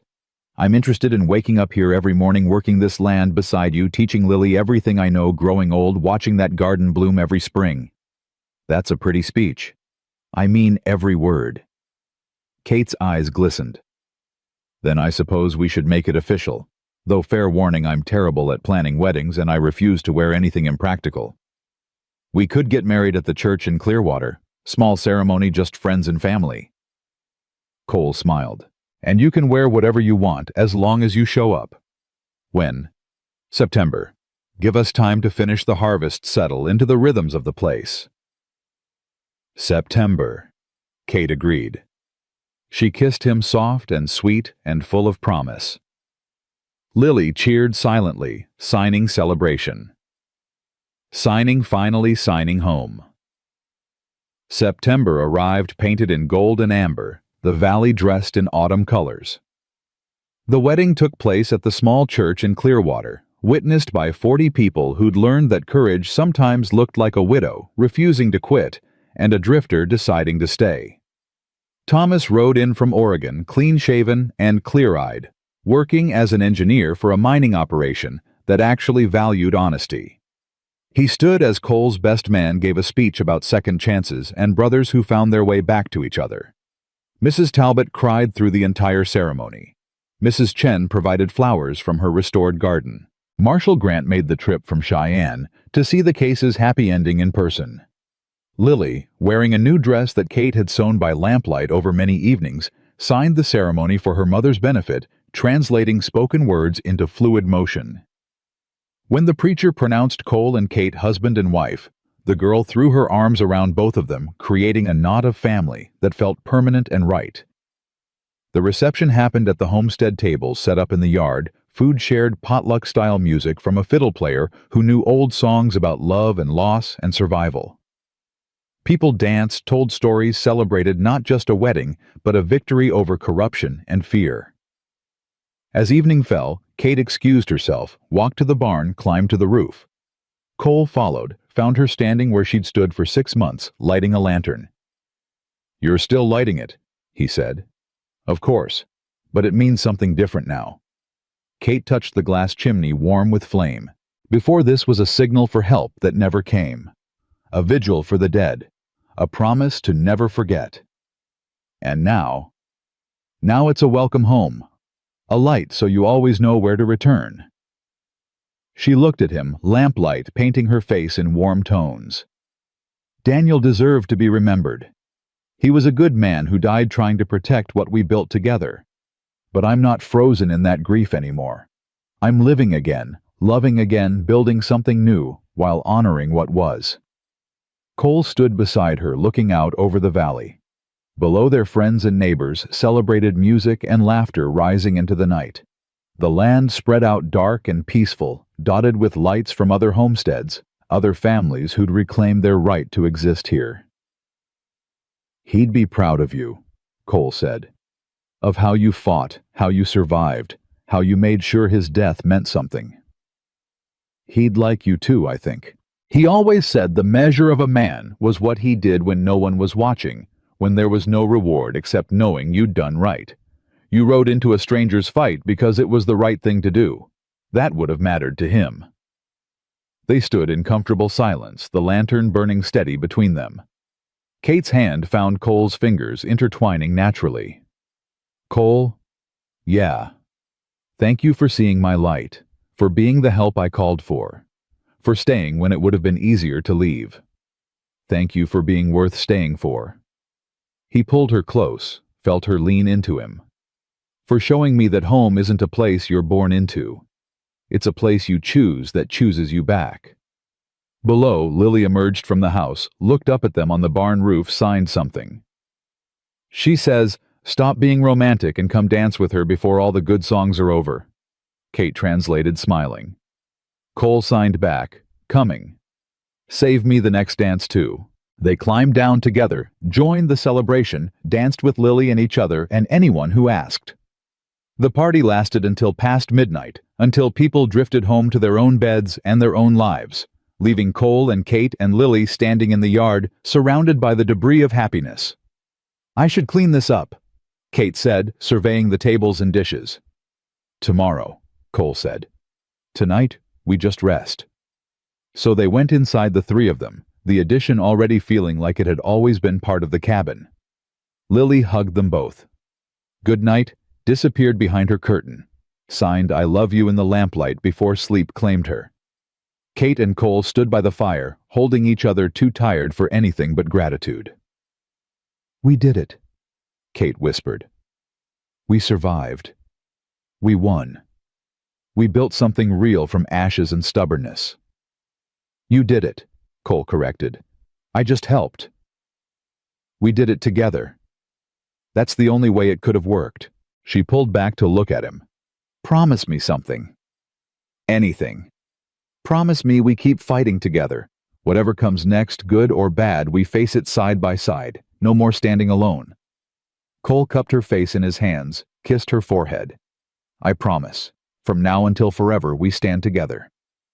They went to bed in their separate rooms that night, respecting tradition, even though they'd already committed to a lifetime together. But Cole lay awake for a while, listening to the sounds of the homestead, settling Kate's breathing from the main room. Lily's soft sleep signing the wind, moving through the valley like a whispered promise. He thought about the journey that had brought him here. 3 years of drifting, running from the memory of his brother drowning while Cole's rope broke. 3 years of believing he was meant to be alone. That connection was too dangerous, that caring about anything just gave the world more ways to break you. Then he'd seen a light burning on a barn roof, and everything changed. Morning came, gentle sunlight streaming through windows onto a family sleeping in peace. Cole woke first.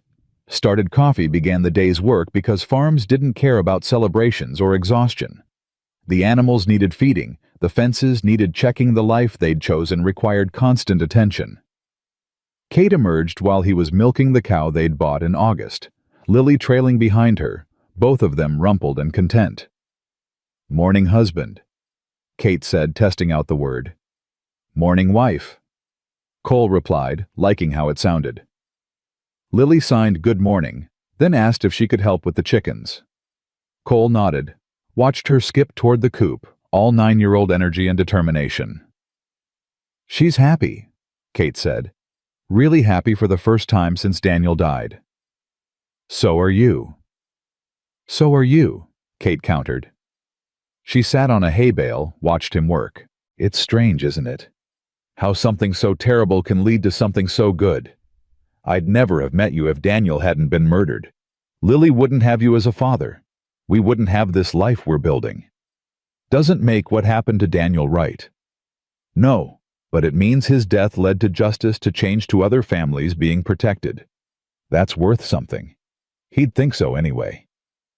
Kate was quiet for a moment. I'll always love him, you know. Part of my heart is his forever. I know. I wouldn't want it any other way. Cole finished milking, stood cross to her. Love isn't a finite resource, Kate. You can love him and love me. You can honor his memory and build a future. Both things can be true. She kissed him then, sweet and lingering tasting of coffee and hope. How'd you get so wise? Met a widow who taught me that surviving isn't the same as living. Took me a while to learn the difference. They worked through the morning, the three of them finding rhythm in shared labor. Lily fed chickens and gathered eggs with careful attention. Kate worked in the garden, harvesting the last of the summer vegetables. Cole repaired a section of fence that winter had weakened, planning ahead for the cold months to come. At noon, they ate together at the table. Cole had built simple food, made rich by company. Lily chattered in sign about a nest she'd found in the barn with baby mice in it, asking if they could keep them as pets. Kate gently explained why mice in barns were fine, but mice in houses were problematic. Cole suggested they could get a cat instead, which sent Lily into excited speculation about names and colors and personality traits their future cat should have. After lunch, Kate pulled out the ledger where she tracked the homestead's finances. Cole watched her work through numbers, calculating what they'd need for winter supplies, what they could save, what investments in next year's planting made sense. We're going to be all right, Kate said finally. Not rich, but stable. If we're careful and the weather cooperates, we'll turn a profit this year for the first time since Daniel died. That's good news. It's more than good news. It's survival. It's proof that everything we fought for was worth it. She closed the ledger. Cole, when I was lighting that lantern every night calling for help, I didn't dare imagine this. A partner who sees me as equal. A home that's truly ours. A future that looks bright instead of just survivable. Neither did I, Cole admitted. I thought I'd drift forever, punishing myself for failing Thomas, for failing that widow and her sons in Missouri. Then I saw your light and thought maybe I had one more fight left in me. Turns out, it wasn't one fight. It was the beginning of everything. Evening found them on the porch, Cole had added to the cabin, watching the sun paint the valley in shades of orange and purple. Lily was drawing at their feet, her latest picture showing the three of them standing together with the homestead behind them and stars overhead. "I should light the lantern," Kate said as darkness approached. "Want company?" "Always." They climbed to the barn roof together, Lily scrambling up behind them. Kate lit the lantern with the same ceremony she'd performed for 6 months, but the meaning had transformed. This wasn't grief or desperation anymore. This was declaration. We're here. We're alive. We're home. The flame caught steady and bright. It would burn through the night, visible for miles, saying to anyone who might need it, "Here is shelter. Here is family. Here is proof that sometimes the light wins." Kate stood with Cole's arm around her waist. Lily pressed against her other side. The three of them looked out over the valley, over the land they'd fought to keep, the home they'd rebuilt from ashes, the life they'd chosen despite every reason to give up. "What are you thinking?" Cole asked. "That Daniel would approve. Of you, of this, of how we're honoring him by living fully instead of just existing." Kate's voice was strong. "And I'm thinking that 6 months ago I was drowning in grief and rage, calling for help that never came. Now I'm standing here with more help than I ever imagined possible." Lily signed something, looking up at her mother. "She says the light looks different now, happier somehow." Kate smiled. "She's right. It does." Cole thought about all the lights he'd seen in his years of drifting. Campfires and town lanterns, lighthouses and signal beacons, 1,000 points of illumination that marked human presence in the darkness. But none had called to him like Kate's light. None had promised not just survival, but transformation. "You saved me," he said quietly. "Both of you. I was dead in all the ways that mattered, just hadn't stopped moving yet. You gave me a reason to live again."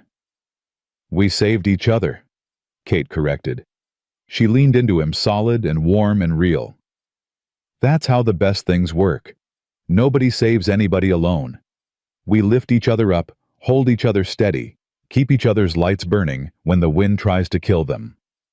They stood there until full darkness fell, the lantern glowing bright above them, the valley spread out below, holding their future in its ancient hands. Behind them, the homestead waited, every beam and board containing their struggle and their triumph. Tomorrow would bring more work, more challenges, more reasons to keep fighting. But tonight was for standing together, for remembering how far they'd come, for lighting a lamp, and knowing someone would always be there to see it. In the cabin, the fire burned low and steady. In the barn, the animals slept peaceful and safe.